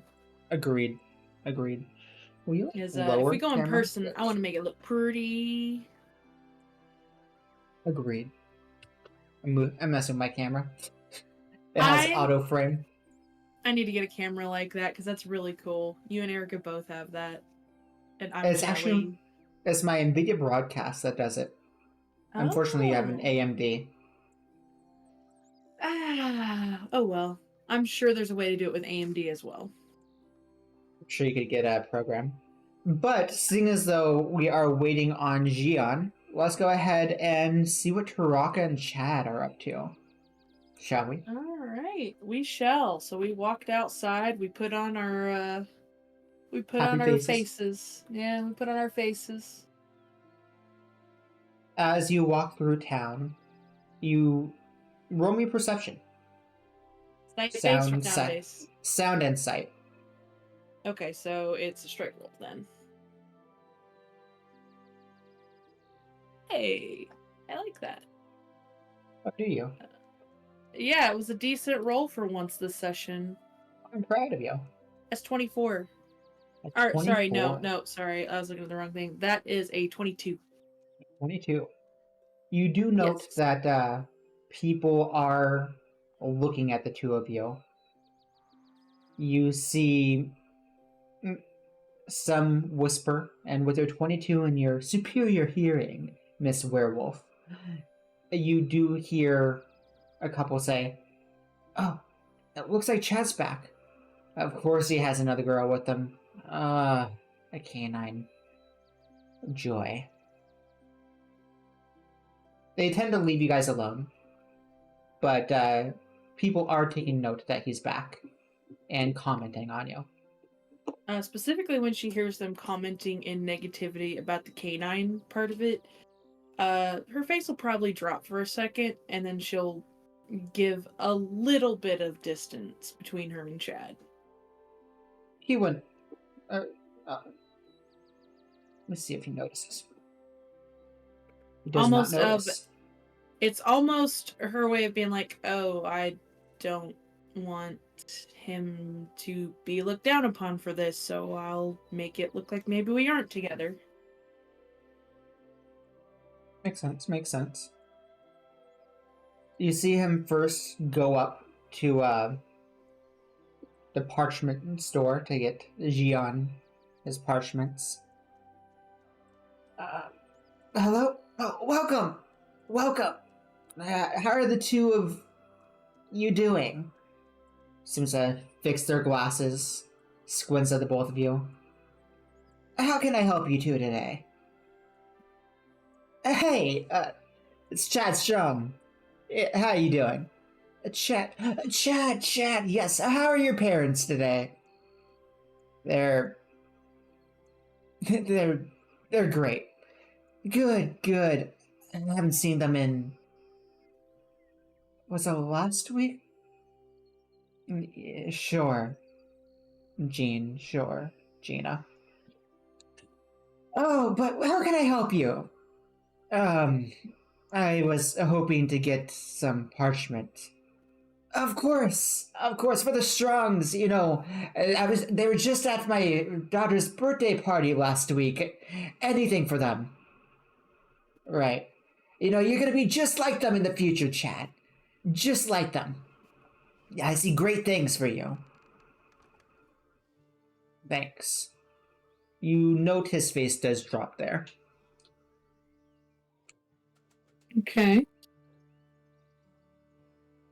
He, at first, tries to pay, and this person denies it. Then he takes the parchment and starts to walk out. Do you interject? Do you say anything during this whole encounter? She's not able to at the moment.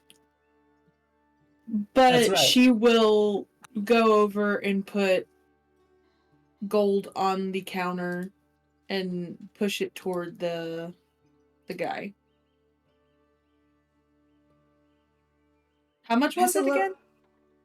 It was like 8 copper.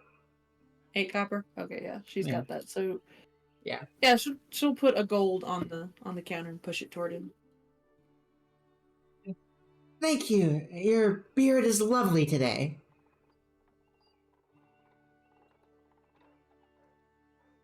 And Oh, just walk away. blind and dementia. If you can't Yeah. tell. Yeah. Yep. Actually, she'll go to grab like beard. Do I have a beard? She'll give Chad a weird look. They don't worry about it. And just remember what your parents told you. Stay strong, all right? Thanks, Gina. He walks out and starts walking over to looks to be the local market. She'll walk over as well, but she'll also keep a little bit of a distance. He wouldn't. He would stay relatively close to you. If you walked slower, he would start walking slower. And once they get to the market, he looks at the list. It looks like there's one vendor that has everything he needs, so he goes to them first. Gathers all the stuff up. Oh, welcome, Chad. How are you doing? I'm great. Greatest it's ever been. How are you? Oh, we've been missing you. Yeah, I'm sure. Yeah, I was thinking that if you and we got together, they look at you and kind of give you a side eye. If we got together, maybe we could have some. It's been a long time, Chad, and the market was doing so much better when you were more active. I'll keep that in mind. So, how does next Wednesday sound? Tell you what, if you give me 75% off, I think I can make a date. You know what? Anything for you, Chad. Looks like they are blushing. As he pays 75% off and takes the ingredients. And starts walking through town. Let me roll 6. A few people come up to him. Seems as though there are a few people flirting with him. He does reciprocate as well. People asking, "Where have you been? It's been a minute, Chad. Everyone is missing you." You're welcome to roll a collective insight, by the way. All right. That's a 14. 14. Sorry, no, that's an 11. I forgot it was disadvantage, not advantage. That is. All right. And also roll me a straight roll perception.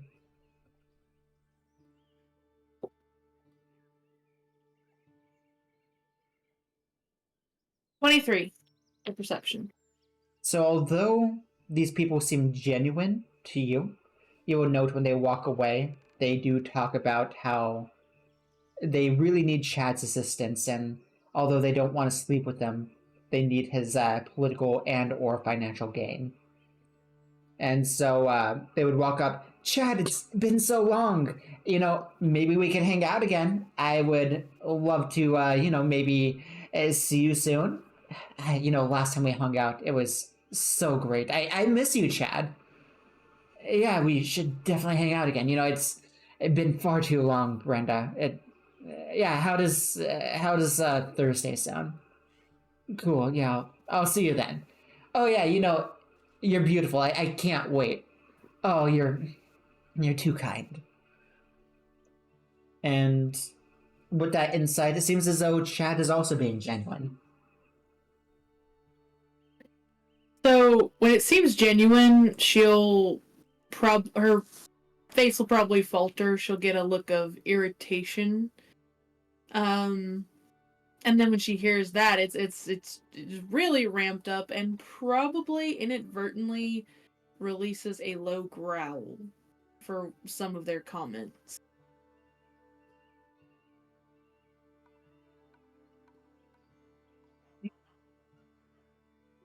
This goes on a few times. And finally one person says, Chad, why don't you and I, looks at you, spend some time right now? I'm good. Come on, just you and me. Tell you what, maybe. If I choose to, just... I'll be at the statue, I promise. Give me 30 minutes and I'll meet you there. I'll be waiting. Of course. And you note that, roll me one more insight.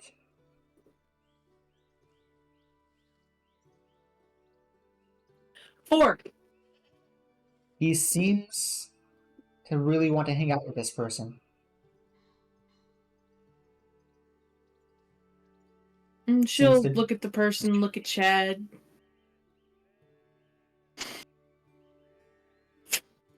And just start walking back to the manor. Alright.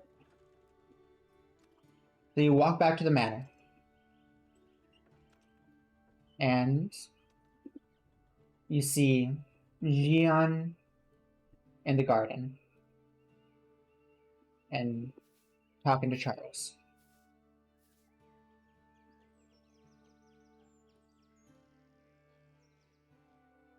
Walk to a corner of the backyard, pull out her lute, and just start strumming.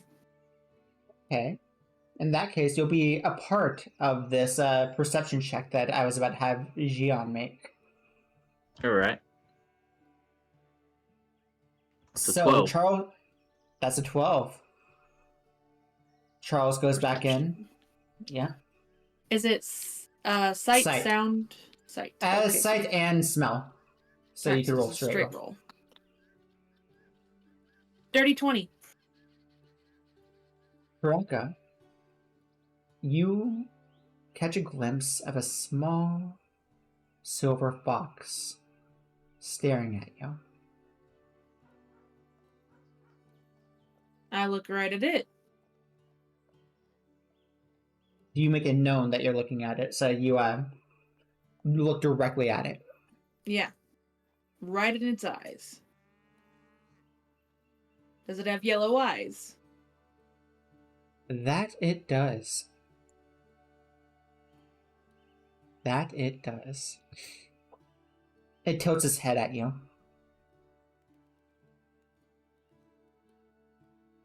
You hear a voice in your head. So far from home. You should be a little bit more careful.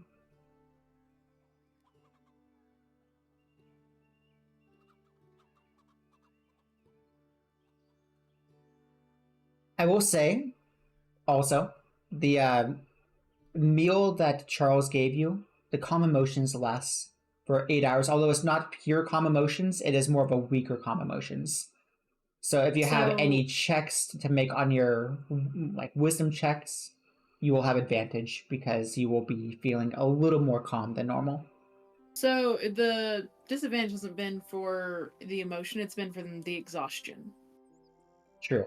But if you're making a save to see if you're going to rage out, you would have advantage on that due to Charles' sandwich. Okay.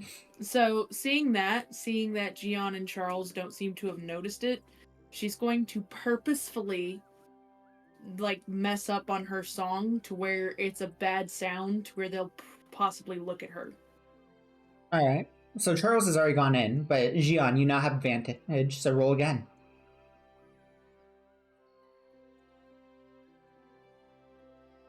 The best one was a 9. Alright. So, you hear Taraka mess up her song. You look over at her. She is sitting there all alone. You could walk up to her if you'd like. But she is staring daggers at this fox. He doesn't see the fox. Oh, Taraka, what are you doing here? Her eyes will go toward Gian, and then her eyes will go right back toward the fox. What are you looking at? You can roll one more time. And there's an 11. You hear a voice in your head. And how are the body aches for you, Dragonborn? It's a familiar voice. A soft, feminine, masculine voice. Androgynous is the best way I could put it. A voice that you've heard time before. This voice sends shivers down your spine. You recognize it to be Nick.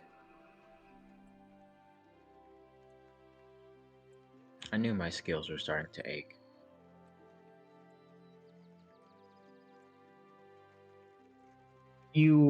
I'll give it to you. You managed to find a fox barely being present, hiding inside of a bush, just outside the property line.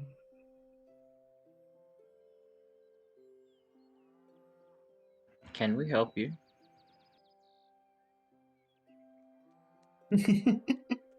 And all of a sudden the fox walks backwards into the bush. I don't know. Can you? Or maybe I can help you. Who knows?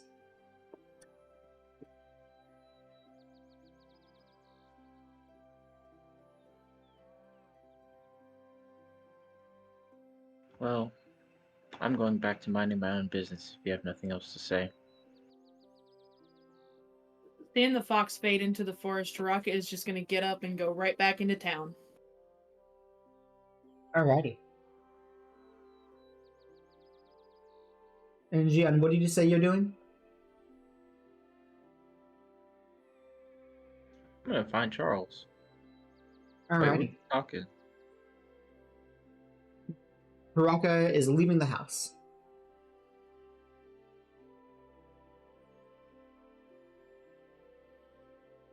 I'm gonna get And Taraka. you're gonna go with Taraka? Yeah. Alright. So you and Taraka walk out into Fairyville. Where are you going, Taraka? I'm looking for Chad. I just saw somebody who was messing us up, and I left him out there on my own because I was irritated. So, yeah, I'm going to find him and make sure he's not in trouble. Right. So, are you going to the town square where he told that girl he'd meet her? Yep. Alright. You head over there and you see her standing there looking around as if she's looking for Chad. You can roll me perception. Straight roll. I presume you're trying to smell him. And Yeah. Gian, you can roll a disadvantage because of your exhaustion to see if you see or can track him. Hey, that's Oh, a it's an 8 natural anyway. 20. Nice. What was that, Gian? It's an 8. An 8. You do not see him anywhere. Gian forgot his glasses in the Feywild. I see that. you remember your horde, but not your glasses. And They Taraka. probably fell off. They There's a probably fell. 26 total. With a 20, and that 20, you and your superior smell, since the smell, again, werewolf, you note that he's not here. Doesn't even smell like he's in the area. You can definitely tell he's been here. You know he was here with you. This is where you last saw him. But it smells like he walked away from town square in the direction of the gates.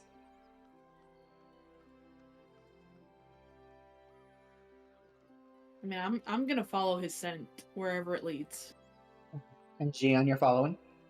Oh yeah, trust that nose. Trust that nose. The two of you walk outside the gates and start walking along the line of the forest. Roll me another perception, both of you. Sight and smell. So disadvantage for Gion, straight roll for Taraka. Taraka really wants to find him because she rolled a 19 that time for a 25. Gion. That was a 5. For Gion. Well, Taraka, I don't see too good. you don't see too good. You hear good, though. Reason being, Taraka, you see, once again, a small fox. Looks like it's inside of another bush. And Gion, you hear, you really made it too easy for me to follow you, or for me to track you down.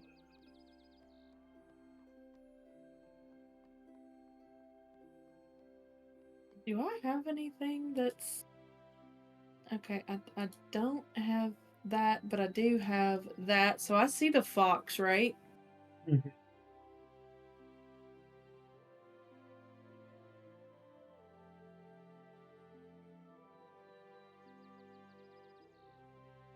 So I'm not gonna attack because that didn't work very well for us before, but I'm gonna like stand up really tall. My fur is gonna fluff out like like a cat does. Yep. And I'm gonna show my teeth and I'm gonna glare at it. I'm trying to intimidate. How are you? Yes. Alright.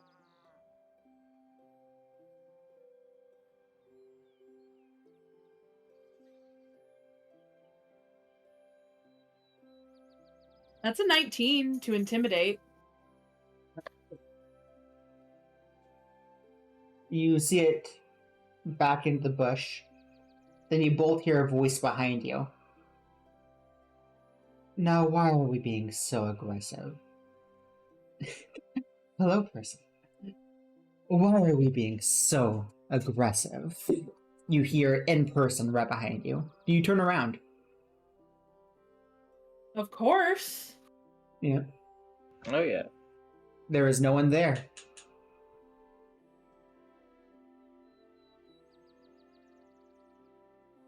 Yeah, I'm gonna double down on finding Chad now. You start going with haste towards Taraka.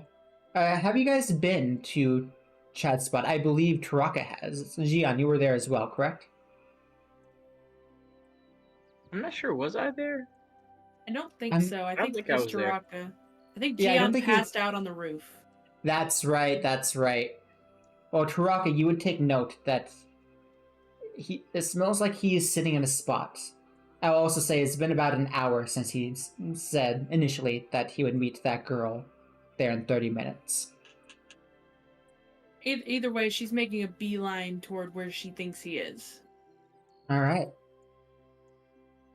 You are making your way through the forest. You are relatively close. Once again, both of you, roll me perception. You know your rolls. Hey, another natural 20. What was that, Gian? It's an 8. God, you really did forget your glasses. 26. She really wants to find him. That she does. You would see the fox once again, and you would both hear. And what do you plan to do?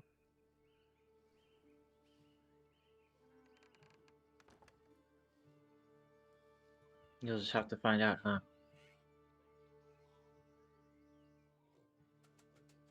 Well, yes, that's what I'm trying to figure out. Patience, my child. Do you stop to talk, or are you just talking as you run? Oh, I'm running. You're running. Taraka doesn't acknowledge it this time. All right.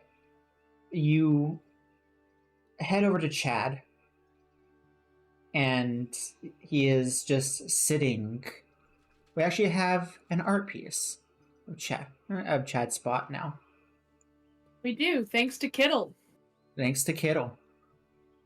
It is a lake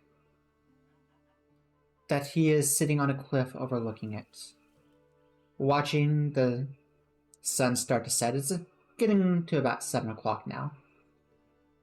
It's beautiful if you didn't hear voices in your head and or being followed. You guys don't go in quietly, so he hears you running up. He looks behind. Oh, what are you... Hey guys, how's it going? She irritatedly just grabs his hand and starts pulling. Like, we're leaving. He pulls away. He does not pull away. He tries to pull away but fails. What's going on? And at that point, everyone sees a white fox standing at the tree border in between you and the forest. Just looking at you. Everyone can roll me perception, though. Is it sight-based or scent or It is. sound? It is sight-based. It's the best one so far out of 12. Chad sees it. 16. All right, nice. Beyond squinting. So, as it walks out of the line, or out of the forest line, Taraka and Chad take note that it's limping.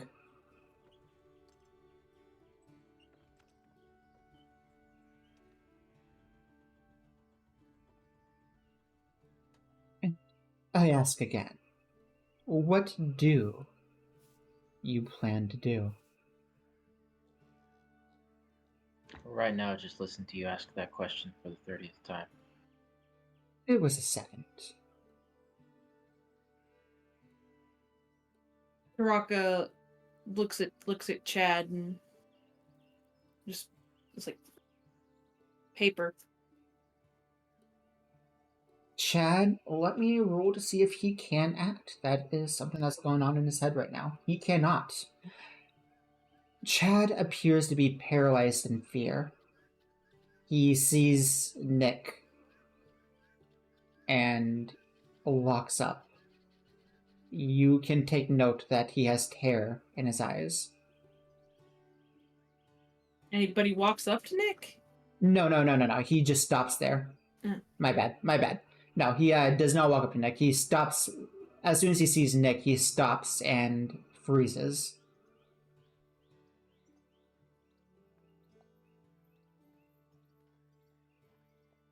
Looks like he's paralyzed in fear. She'll tap him on the shoulder again and make like she wants pen and paper.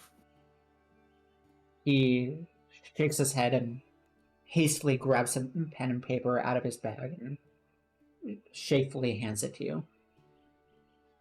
Writes, "Why are you hurt?" Shows it to the fox. Now that's a question, isn't it? Why would you even care?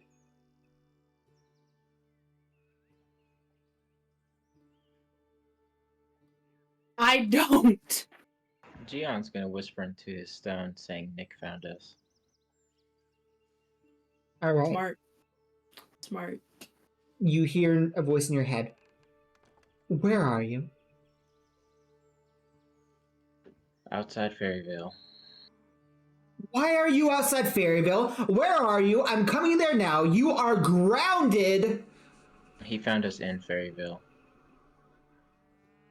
I was hoping he was going to be safe. Where are you? This whole conversation is happening while Turok is having a conversation with I'm gonna go ahead Nick. and take off my necklace real quick. Smart. Did you put that back on? Put that back on right now. You know where I am now. And I'm gonna put it back on. There's no making her happy. I'm not trying to make anyone happy, I'm just trying to let her know. Well, there is no making her happy. But, So Taraka's note says, I don't care. nor should you. I just came to heed warning. Be on the lookout for any bugs you may see. I also want to note she has been creeping closer to the fox. Alright. The fox does appear to take a step back. And And it creep would. closer, and then after that, keep an eye on the bug statement. She's gonna try to grab it. No. It would also, at this point, transform into his traditional kitsune form. Ah. Yeah. Never mind, she's not gonna try to grab him then. But she would put herself between her friends and Nick. Okay. Or the one that you are messing with aspires more than just power. Roll me perception, both of you guys, now that he is a kitsune. Sight, scent, sound. 13. 13. Roll me sight and scent, Taraka. So straight roll. No, I roll me two different ones. Okay. You'll get, yeah, if you pass for one, then you could get one, but Sight is a natural 1. sight is a natural 1. And scent is a 14. So Taraka, now that he is a kitsune, you can smell blood. Xion, you rolled a what? 14? 13. A 13. The DC was 10. You see that he is wearing the pendant of... Oh no, let me pull up my notes.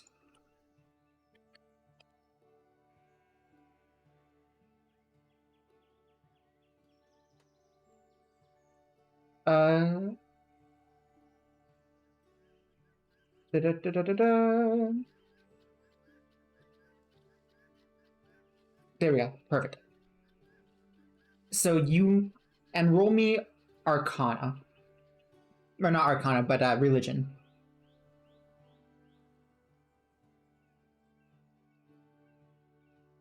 That's 10. Perfect. Once again, the DC was 10. All right. You recognize that he is wearing a pendant of Skigaret. You recognize it to be the god of fear.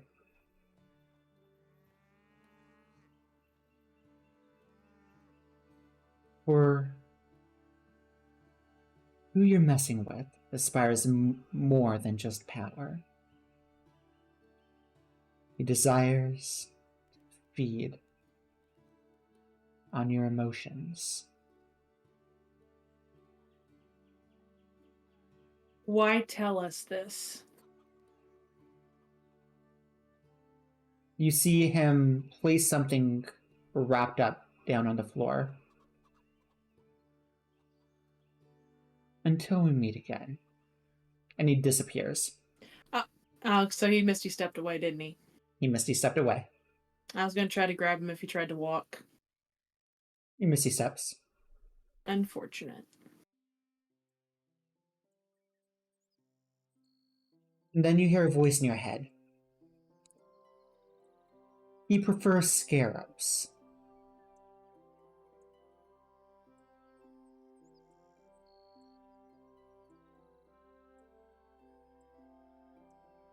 I'm gonna take my rapier and I'm gonna, like...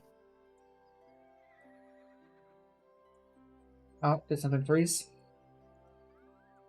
Did I freeze? It's interesting because I can't even hear you guys on Discord. Oh, I'm back. Okay, I'm back. Perfect. It looks like Jian might be frozen. Either that or he's just really still. No, he's just still. I was just really still. He is so still. I love how you said that and he's just like... Am I? Am I really? But yeah, so you take your rapier and what? And I poke at the thing he just set down gently. It feels hard. It's wrapped up in cloth, about yay long. I use my rapier to uncover the thing.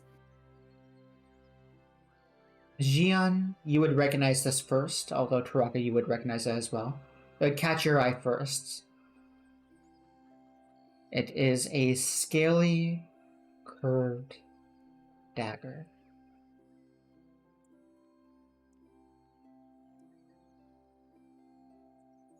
I'll mage hand it to me immediately.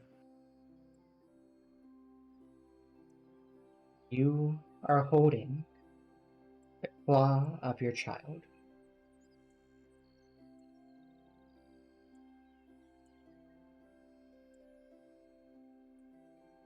I think I'd just about fixate on it.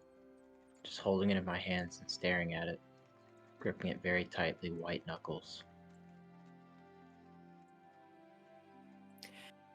I'm gonna both sniff, listen, and look around and see if I can figure out where Nick is, if he's still in the area. Roll me perception. I can tell you it's a really high roll. He's taking a lot of steps. Okay, I'm gonna use lucky. That wasn't much better. That's 13. No, he appears to be everywhere, almost as though he is misty stepping from one step to another, then back where he was initially, then further away, then further. He's going everywhere. And right then, you see. What would Huli take the form as? She normally just looks like an elf. She's trying to get here fast, though. It doesn't take gonna... her. It doesn't take her very long to just poof elf. An elf that just woke up. Yes. She doesn't what I'm sleep? saying is she would likely take the form of an animal to, because you guys are not in town. You guys are not near a door. You guys are about 15 minutes out of Berryville by foot. So knowing Huli, she'd either just look like her kitsune self if she was rushing that much, or she would just poof elf. That would be the quickest things for her. Okay, so she would just walk on foot then. I was saying like she would turn into a horse because she could polymorph herself to get faster movement speed to get you guys faster. Not her that's appearance. What you're meaning. Yeah, not for appearance for people around her, for greater movement speed. That's what you meant. I mean, if she can distinguish the actual spot that they were at, then she would just teleport to them. That's fair. Alright, so right at that moment, Huli teleports directly in front of you guys. What's going on? Who's here? Looks around. Looks at... It appears her eyes are green.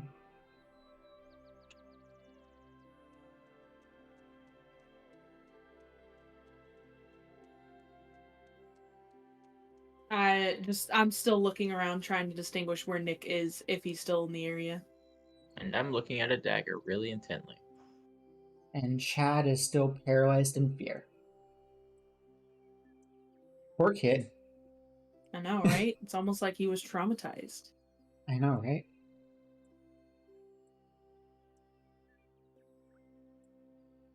She puts her arm around everyone, and you all poof back into her house. What just happened? What's going on? Taraka pulls away immediately, but then realizes where they're at, and she calms down.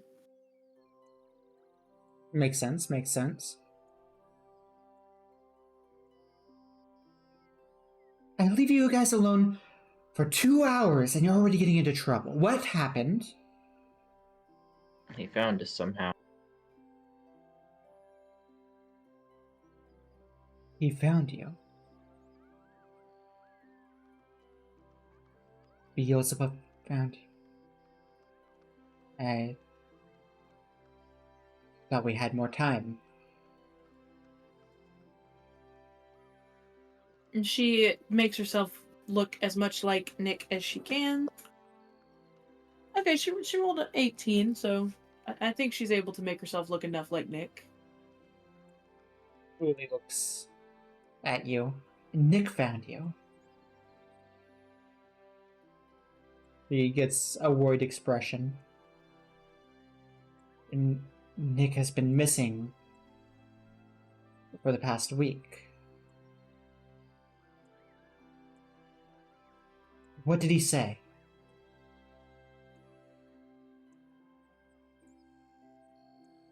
He said he wanted... Or, wait, no. He said to look out for scarabs. What was scarabs? Apparently, this entity working against us is feeding off of emotions. And he was warning us to watch out for his favorite creature of scarabs. Why would Nick give you guys a warning? I don't know. I also don't know why he would give me the knife I stabbed him with. He looks at your hand.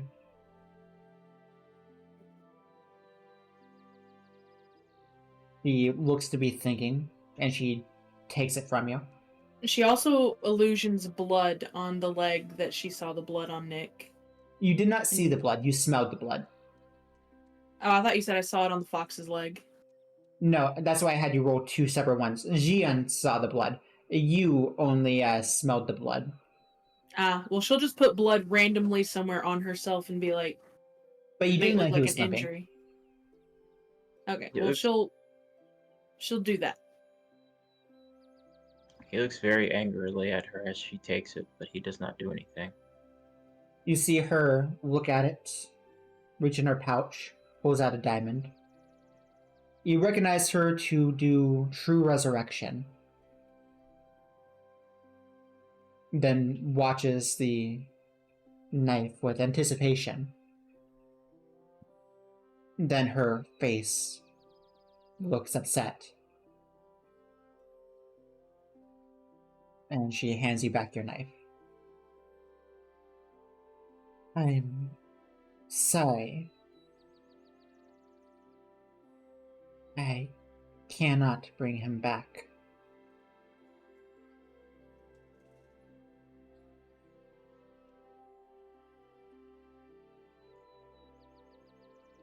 Through incredibly gritted and clenched teeth. No, it's fine.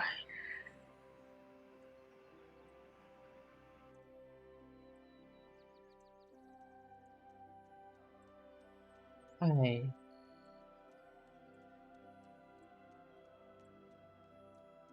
don't know where safer.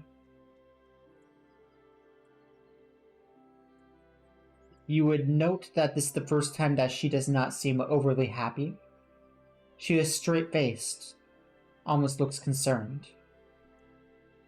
I don't know what to do.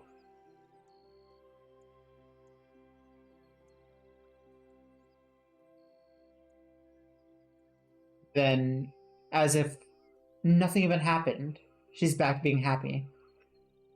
Oh, come on, children. We're going back to Charles's house and I'm staying with you. Come on, everyone. I need to do some extra wars and protections. What about Dad? You can't stay with us, you got Dad.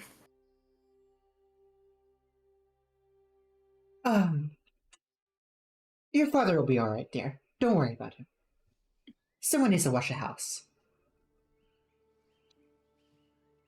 He's just gonna shred it to pieces. He'll probably let the wolves sleep in here. I'm not letting you guys out of my sight. You're not gonna trick us with that fake hydrate, Shady. By the way, since you guys are in here, roll me perception. Sight-based? Sight-based, and there's a different smell one to it. It's a dirty 20. A dirty 20. I just need to use a different dice. There we go. Sight is 13. Scent is 11. Scent is 11. Oh no! Oh no. That is... I'm sorry, Caleb. I'm gonna deny that. I'm gonna refund you your points. Not during a D&D stream. I should probably deactivate that during D&D. I do apologize. I'm refunding your points now. I am in I was gonna story say, mode. I don't even know how to do the crow. Yeah, no, this is not the time for that. I do Nor apologize. do I'm I have refunding a your camera points. to do the crow. Oh my gosh. I just refunded your points. Tell you what, I'll give you that hydrate though. I refunded that. So sorry. But welcome. I hope you're doing well. Thanks for stopping by, everyone. Ooh, I see chat is pretty active. I've not been looking at this. Thanks for the hydrate, though. There's another real hydrate. There's a hydrate. Perfect. Brilliant. Welcome. But yes. So, as we were saying, Huli is attempting to go to the strong manor with you guys. She pulls out a key and opens up the door, and you see Charles cooking dinner in the kitchen. Let's go, children. Taraka's gonna walk in and she's gonna immediately look for Jade.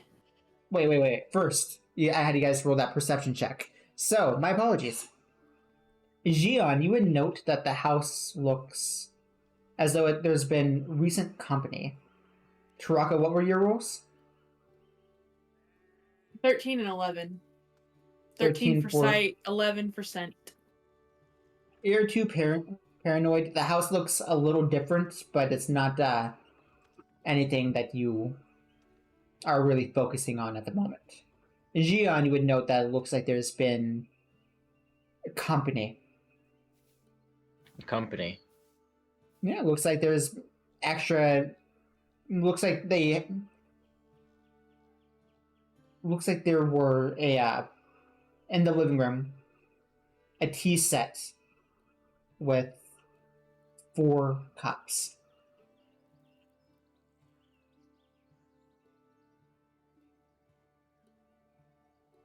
You expect you were having company. I'm so sorry. That was from earlier. Yes, we should definitely get you out of here, though. So come on, let's go. When they go through the door, Taraka's gonna look for Jade. All right. You can easily smell her upstairs in her bedroom. Okay, just making sure she's safe. Yeah. Xion, do you say anything else to her about that, by the way?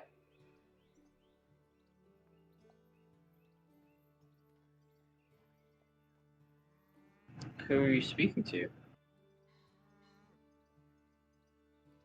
There's a reason I can't have you stay here. I want you guys here. I want this to be safe. I'm bringing you guys to a safe location. As a Fey Court head, I must stay in contact with other Fey Court heads. Lucy? We need to get you guys out of this house. She's asking Lucy, question mark. Yeah, she doesn't. That's how she responds to that.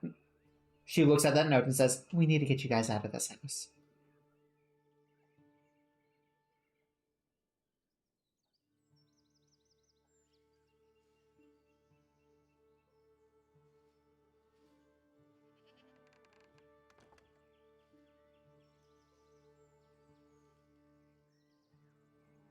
Well, do you guys retaliate? Do you guys say anything? No, she just I get Figuring it. out how to get out of this house. All right, yeah. So she opens the door. Taraka, you smell Jade upstairs. Huli walks in with you, shuts the door behind you, and you note Chad, without saying a word, will walk upstairs. Taraka will follow. Yeah, All it's right. going up. All right. You see him walk into Xion's room, or I guess his parents' room.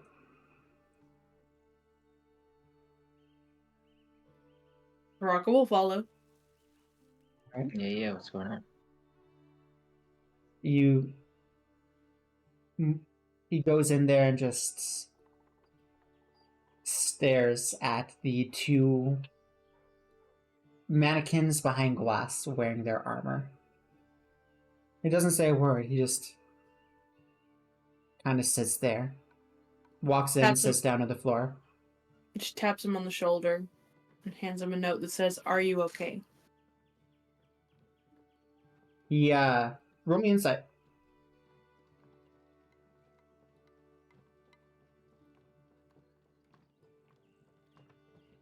Seven. It's a good thing he rolled really low. He rolled a 2 on the die, so like I believe that was like a 4 in total. What is his plus? It's gonna fail no matter what. I'm just curious. What is his modifier? Is he rolling deception? Because if he's rolling deception, I don't think I got this. Yeah, no, he fails. Don't worry. I'm gonna hand wave it. Is what I'm doing. Don't worry. Of course I'm great. I'm Chad Strong. I've gotta be strong, right?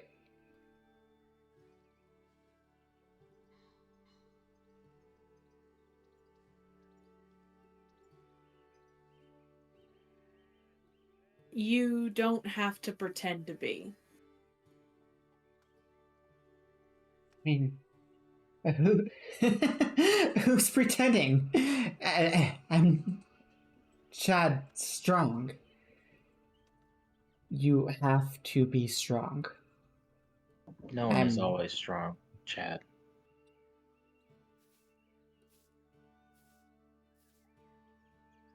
He just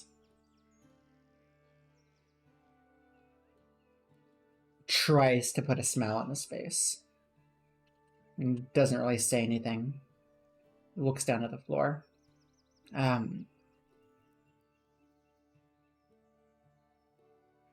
I think I need 5 minutes. Sorry to kidnap your room, Jian. Do you mind? Not at all. Thanks. I'll be down for dinner. Taraka will grab his hand, hold it for a second, and then let go and walk out. He smiles at you, a more sincere smile, when you take his hand. And again, he does say, I'll be down for dinner. You head downstairs, and you see Jian talking to Huli. I promise the house is perfectly warded. I guarantee you it's not. Look at this. I could add more protection right here. I could add more protection right here. I could add more protection right there. And you know what? Here, you take this tablet. You have more protection too. Lady Taraka, It is not fine, Charles. You're right. Thank you for your help. And she goes and starts warding the house, every nook and cranny. And Charles goes back to cooking dinner.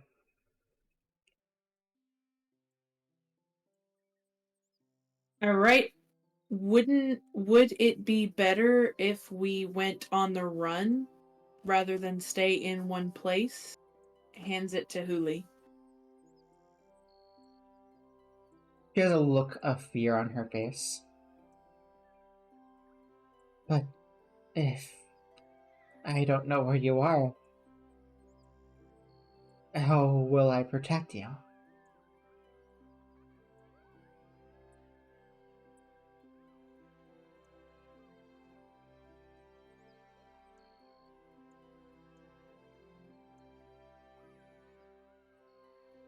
Just looking straight-faced at her, writes, "You can't. Anyway."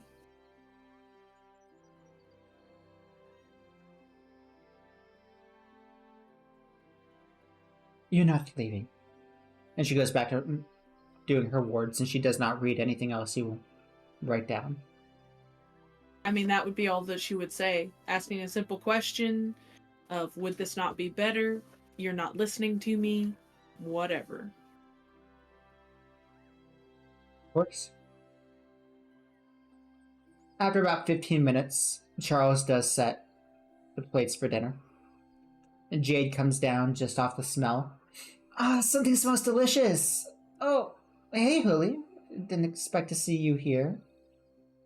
Goes and sits down.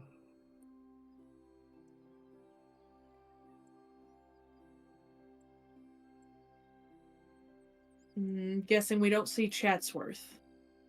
That you do not. After a couple of minutes of the dinner being done and plated and him not being down, Taraka will go up. Alright. Is Gian doing anything in that time? Or is he just killing his dinner? I don't think he's eating very much. Yeah, That's unusual. it is unusual. He is more so just looking at his dagger, is he not? I mean, he has it on him. He's not He really does. fixated on it the same way, but he's definitely thinking about it. You're thinking about it. Dang.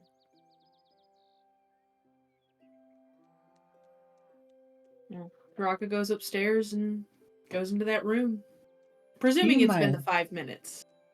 It has. I mean, it's been about 20 minutes now. I would also like to add one final thing. I apologize for the retcon. I try not to make a habit out of it. But while you spoke with Nick, as he set the dagger down, he said, "And don't worry, your daughter is alive." And then he disappeared. And then you heard the voice in your head afterwards, warning you to watch out for scarabs.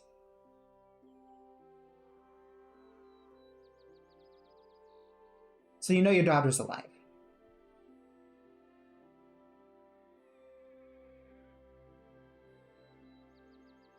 So you go upstairs, and you go back into the room, I presume, looking for Chad. Mm-hmm. He's in there. It looks like he is holding on to his dad's rapier. Just looking at it.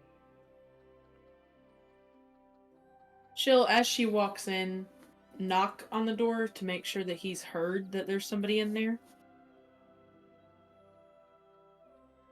He doesn't respond, but when you open the door, you do see him there. She'll walk over. He's just looking at the rapier. Yeah, he looks at you and smiles, and then looks back at the rapier.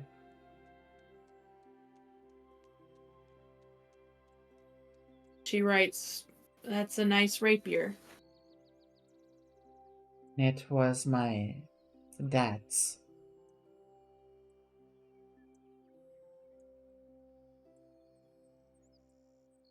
He had good taste, I mean, she says with a goofy smile.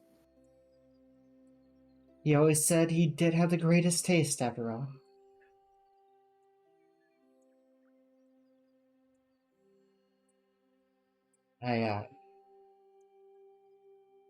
Even inside of his room, correct?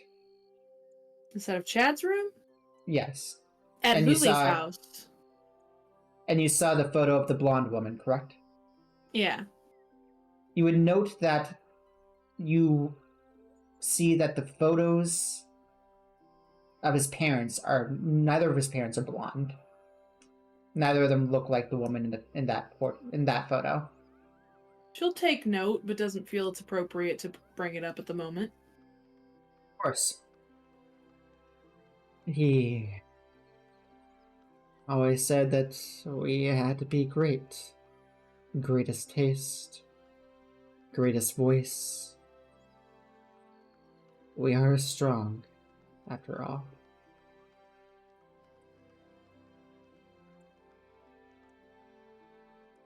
Never speak when you're terrified. hardest of all, always act when you're afraid. I always had my voice. I always thought that I could talk my way out of everything. Why use a weapon, right? Why should I kill? I can just tell them to stop. Isn't that the greatest thing? And Taraka will kind of rub her throat and look contemplative.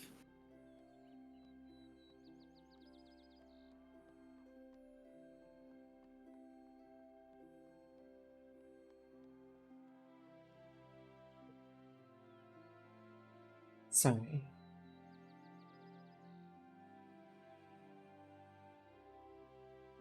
During prison, I didn't do anything.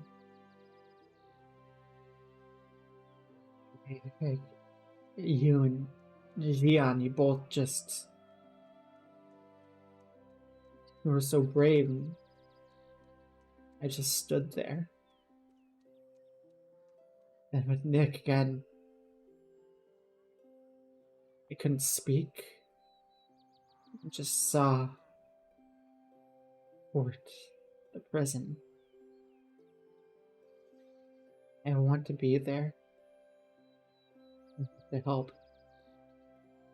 I need to be strong.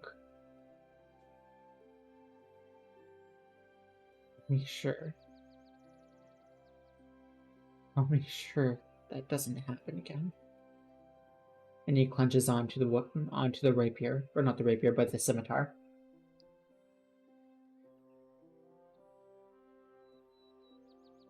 And she'll put a hand on his, and it looks like she's struggling, but after a second,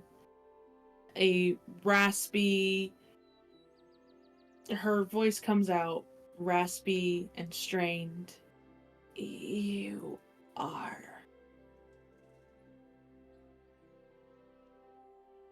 He looks at you, and you see his eyes get wet as he hugs you. She jumps, but doesn't push him away. And will awkwardly hug him back. He feels really tight, as if he doesn't want to let go.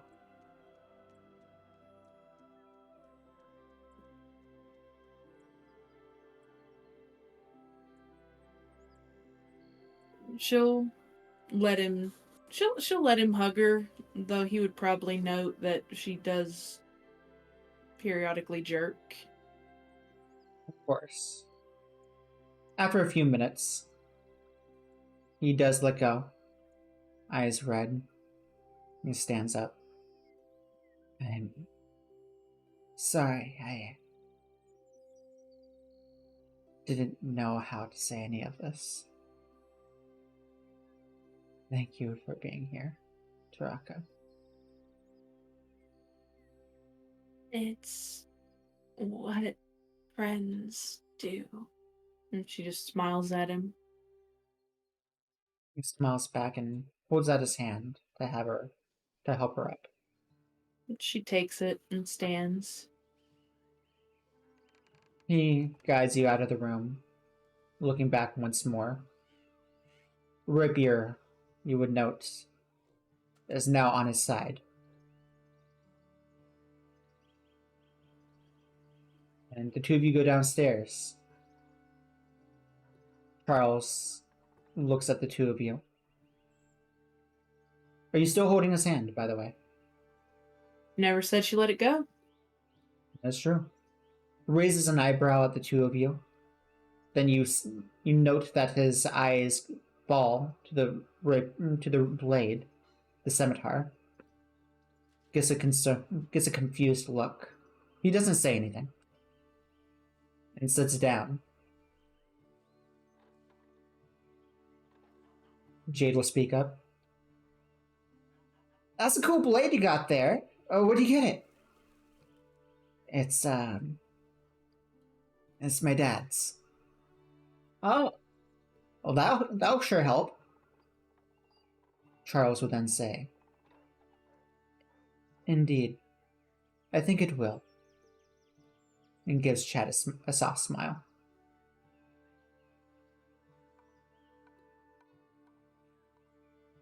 Chad would likely sit between Taraka and Jian.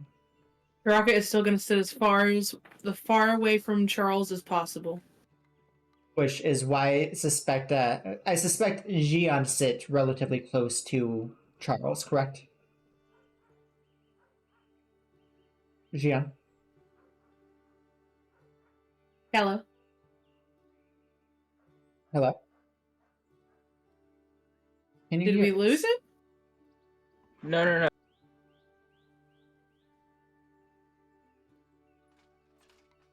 Everything okay? Can I be on the other side of Charles? What's that? Well, Charles is sitting at the head of the table. Yeah, I and then assume. there's like the two next to the heads. Yeah, so there is Charles right here, 3 seats on this side, 3 seats on that side, seat on the other side. Charles is on one side, Hooley's on the other.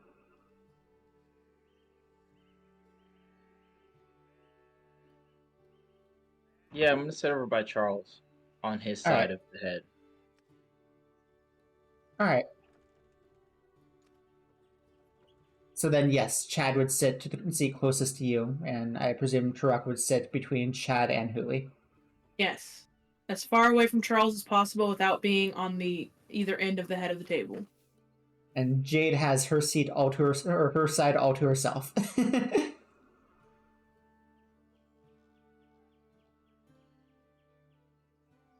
Chad would look over at Jian, give him a smile. How are things going?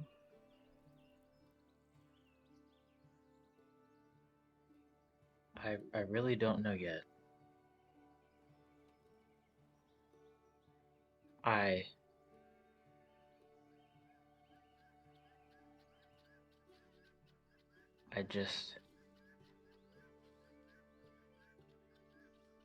think I'll pull out that dagger again. Mm-hmm.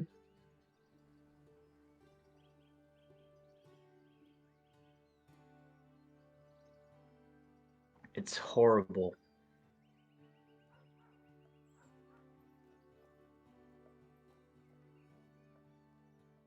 Are you okay, Jian? It's probably trembling. You feel Chad put his hand on your wrist just to try to comfort you.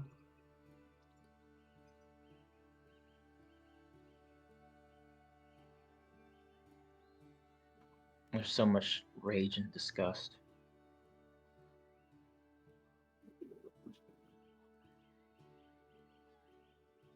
We will get them. You see him put his other hand on his new scimitar.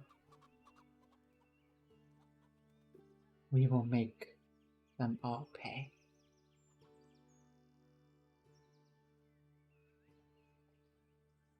Yeah.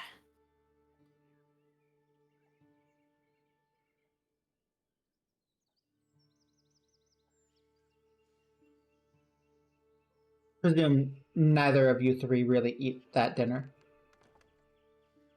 No. Oh, you guys do not reap the benefits of calm emotions. You got it for breakfast. And that was it. And just pick at it. Or Yeah, lunch, that's I all suppose. Taraka does as well. Yeah. It's delicious. It makes your mouth feel good when you eat it, but that's more or less all.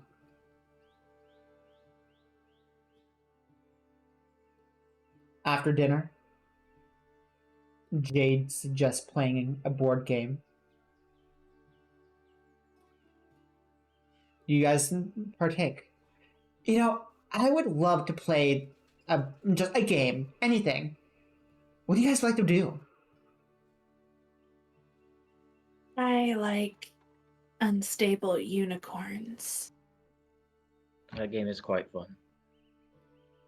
I actually have not played that one. Show me how it works. I'd love to beat your butt at unstable unicorns. Ha! You wish. Might be my first time, but I mean, as this one says, I am the greatest after all. We'll see. And the four of you play unstable unicorns until you all get tired. You note that Julie and Charles are speaking out in the garden with the door shut. You can guess what they're talking about, so not gonna bug them.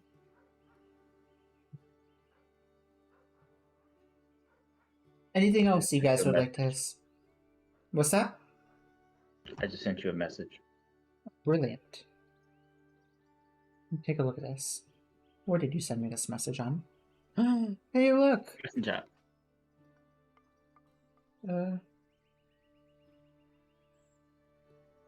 Sorry, it's just...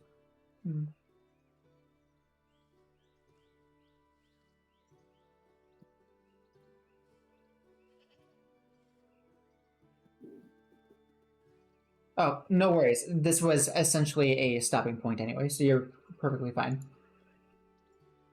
I was wrapping up the session. It is 10 o'clock. It is time for me to go to bed. I'd be up at 3 a.m., so no worries. Same. But let's go ahead and wrap things up. So you guys play games. Anything you guys would like to say to Jade, Chad, or go speak with Charles or Julie about? Baraka will say, so we're going to that festival tomorrow, right? I think that sounds like fun. And gives you a smile. Oh, yeah, there's that festival Charles was talking about. I love them. At this point, it's probably good to take the mind off things. Yes, we're in agreement. Bet. So, what kind of food do you have here in the material? Tell you what. Tomorrow, before the festival, I'll take you all to the best fruit cups you've ever had. They take a pineapple, cut off the top, blend up the insides, and add some water and sugar. It's really good. Oh, that sounds delicious. Does sound good.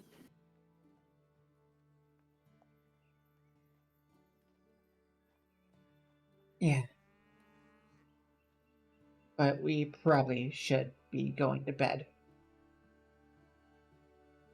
Yep, sounds good. And she just stretches out on the couch. If anybody else is on the couch, she's just gonna put her feet/head on them. Good night. Makes sense. Yeah, Child would this is likely her- be sitting this- next to you. This is her bed. This is her bed.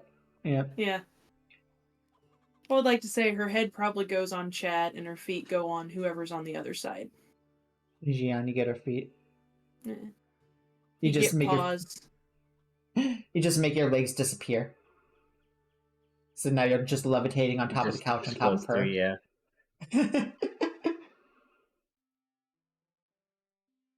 All right. Jade goes upstairs. You see her go into her room. Gian, do you go upstairs into your room? Yeah. All right.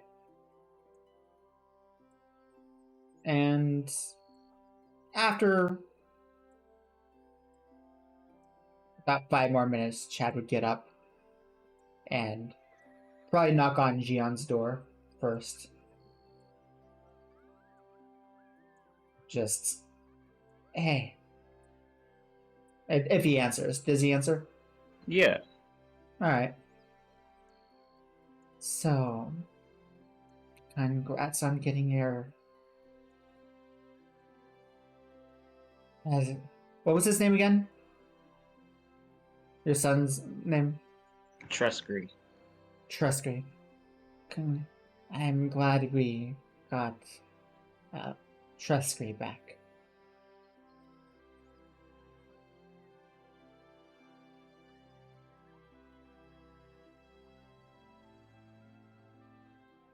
Not quite back. Okay.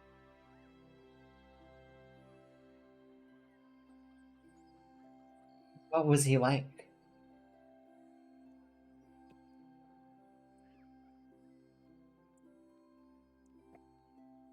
He definitely had an adventurous spirit.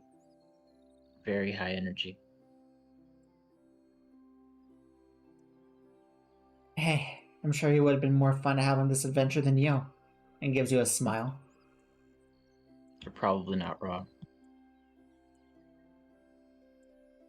Did a lot of work Man, keeping that kid out of trouble. man, I could see it now. Actually having fun instead of a bag of bones. Who rushes like a bolt to the edge of the world is his name. Well, then we'll rush to the end of the world to get him back.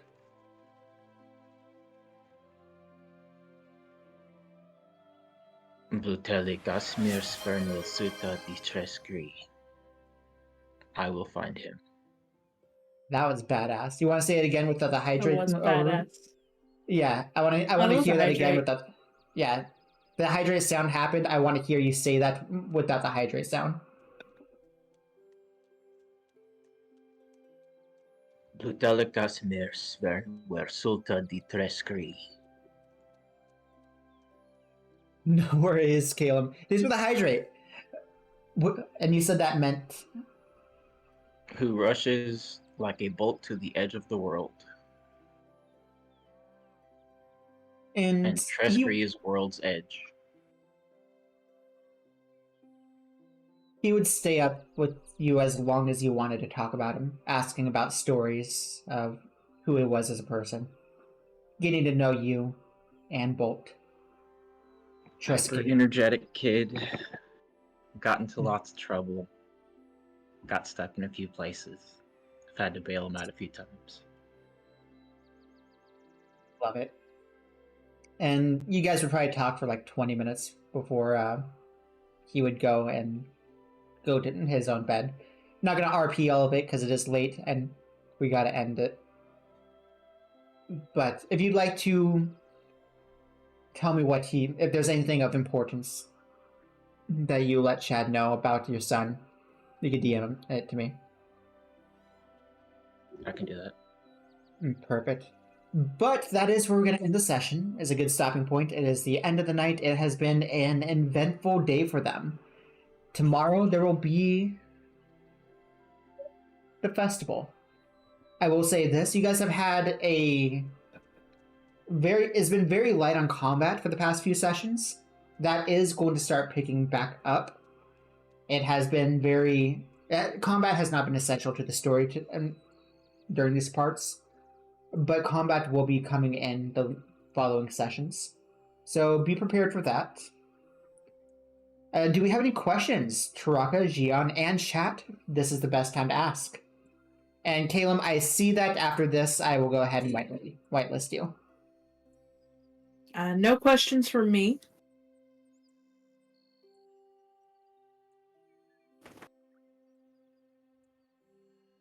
Which parent was the scimitar from? His dad. The scimitar was his dad, the rapier was his mom. Mm. Of course, Caleb, what's your question? And why do you ask, Gian?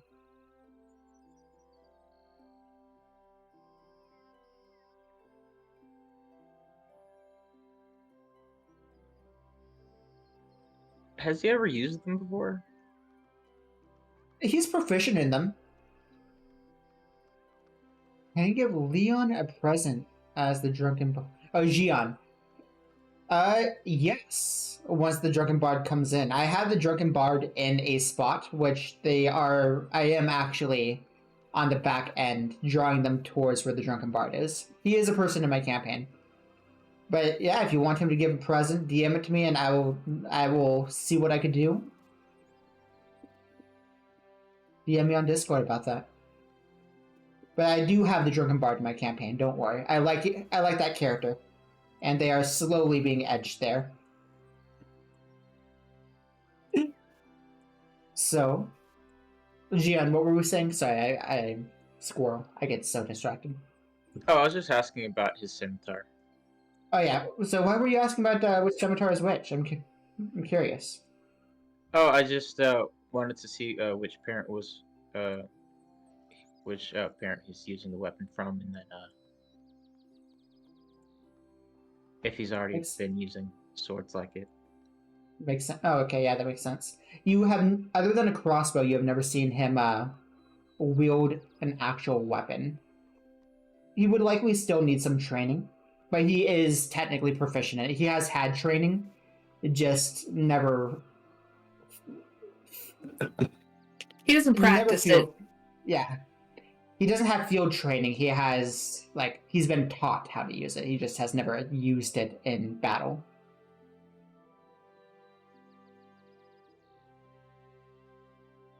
Yeah, perfect. Any other questions? I just had one and I lost it. Fortunate. I'm sure you'll think of it at some point. You can think of it right after we hop off stream. It's like, no! I swear. Yeah. I'll just DM it to you. Was it about Chad? Was it about Jade? Yeah, was it it was about about Charles? Chad? Okay. Something with his lore?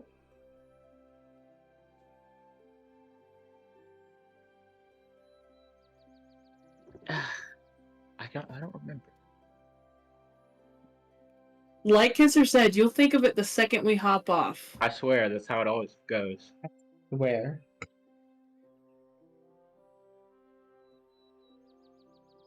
About his armor, his weapons, his background, his backstory, why the photo in his bedroom as a kid with a parental figure appears to be different than the photos in his parents' room. Which Charles gave you some insight on that. You can, Gian, you can make a safe guess that Chad is adopted.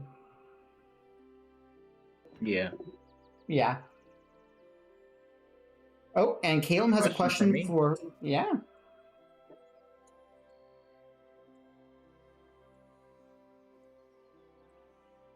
When's your stream premiere? That's a wonderful question. If you get into streaming, I'd love to help. Oh yeah, let me know if you need any art or anything for it. Yeah. We'll have to see. We'll have to see. People like you, Caleb. They do. Well, people like you, Caleb. People like you, Calla. I did not even catch that you said Caleb instead of Callow. I know, right? He is pretty cool.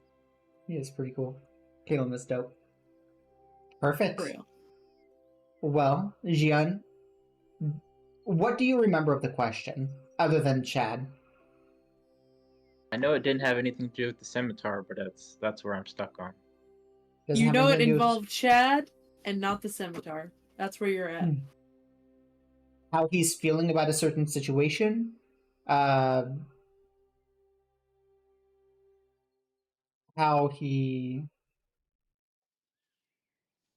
him and Charles.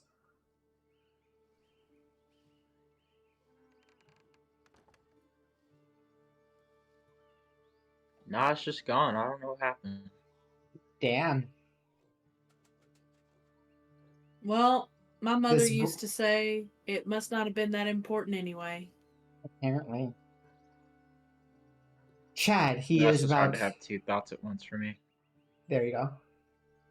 Chad is 5'10", brown hair. It used to be slicked back with grease. Now it's blown back. Has a very airy look. Pieces fall down in his face. Green emerald eyes. Big smile. Slender and long build. Wears a blue and gold coat. Rather charming, I like to say. He is 17 years old, on the verge of being an adult. Actually, probably since this is medieval times, that is considered an adult. I have Yeah, a question. of course. When is Chad's birthday? Chad's birthday. I do not know Yeah. the lunar cycle of D&D World. We're just gonna say it's the same as ours. Screw it, because I do not feel like memorizing that. It's in the spring. Okay. Yeah. What day? Why? I'm curious. What for? You said it. You said any question. His birth. You'll have to ask him. See if he tells you. Oh yeah. In Yeah. other words, Kisser has no idea. She's got to decide on a day. I mean, I have a day in mind. Totally. I really do. Well, when's Gion's birthday, Callow? It was the first day of the campaign. It was. That was his 300th Oh, that's birthday. right. That's It right. was. So, what day did the campaign start, Kisser? When would you like your birthday? What season would you like your birthday to be in, Gian? I mean, it seems like a spring thing. It's kind of springy vibes in the Yeah, beginning of this so campaign. So it is. All right, so it is currently springtime. Rocka's a summer baby. There we go. Karaka's birthday will be right after the campaign. Probably. Her birthday's in August. It's the same as mine, Yeah. honestly. It's just easier to remember that way. Yeah, I'm thinking about just making Chad's the same as mine. Again, it's just easier. But that also means Taraka's birthday is the same as her mom's. She is the best birthday present her mother ever received. Oh, her birthday is the same as oh, that's hilarious. Yes. That is hilarious. The bard will twinsies. share a birthday with Jian. However I spell. I believe it, if I'm not mistaken, the name is spelled Jion, correct? Gia. Oh, there we go. Giann. I butchered it in the YouTube video. It's fine. It's fine. We never claimed you were smart, Kisser. It's Exactly. alright, I'll cry about it later. Brilliant.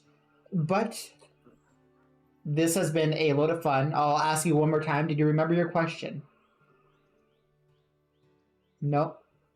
Hit me up on, let me know what it is later on. DM it to me. But we will start in 2 weeks from now. We will continue this campaign. And we will go ahead and have the whole group meet up and, well, head out to this festival for what can go wrong. Oh, God. That's not terrifying in the least. Oh, definitely not. Definitely not. I will say, I got some feedback from, especially Rainbow, a little bit from Kalo as well. They wanted more personality from Chad. So, my question to you guys, how did you like Chad's interaction in this game? I was more hands-on with him.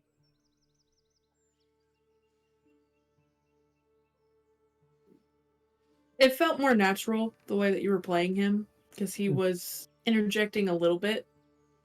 Yeah, that's what I would say too. He was still a little reserved, but being what happened, it felt appropriate. Yeah. Mm-hmm. Definitely. Definitely. I didn't want to just do a 180 and have him just start holding the stage, especially with what happened. I wanted to be natural, and that's also why I went ahead and said that he hasn't known how to put this into words for a while. So all these feelings are something that he just didn't know how to say. Fair. Perfect. Well, just figuring out his voice. Exactly. He'll get it in time. This is where we're going to go ahead and call it. This has been so much fun. And yes, Caleb, go ahead and DM me on Discord your new Minecraft username, and I'll go ahead and whitelist you. I hope you all have an amazing night. I'm going to go ahead and end things here, and I will see you all soon. Deuces. Bye. You gotta say bye, Leon. He just do the heart. Oh, I did the ending screen. My bad. Goodbye. Unfortunate. You're all good.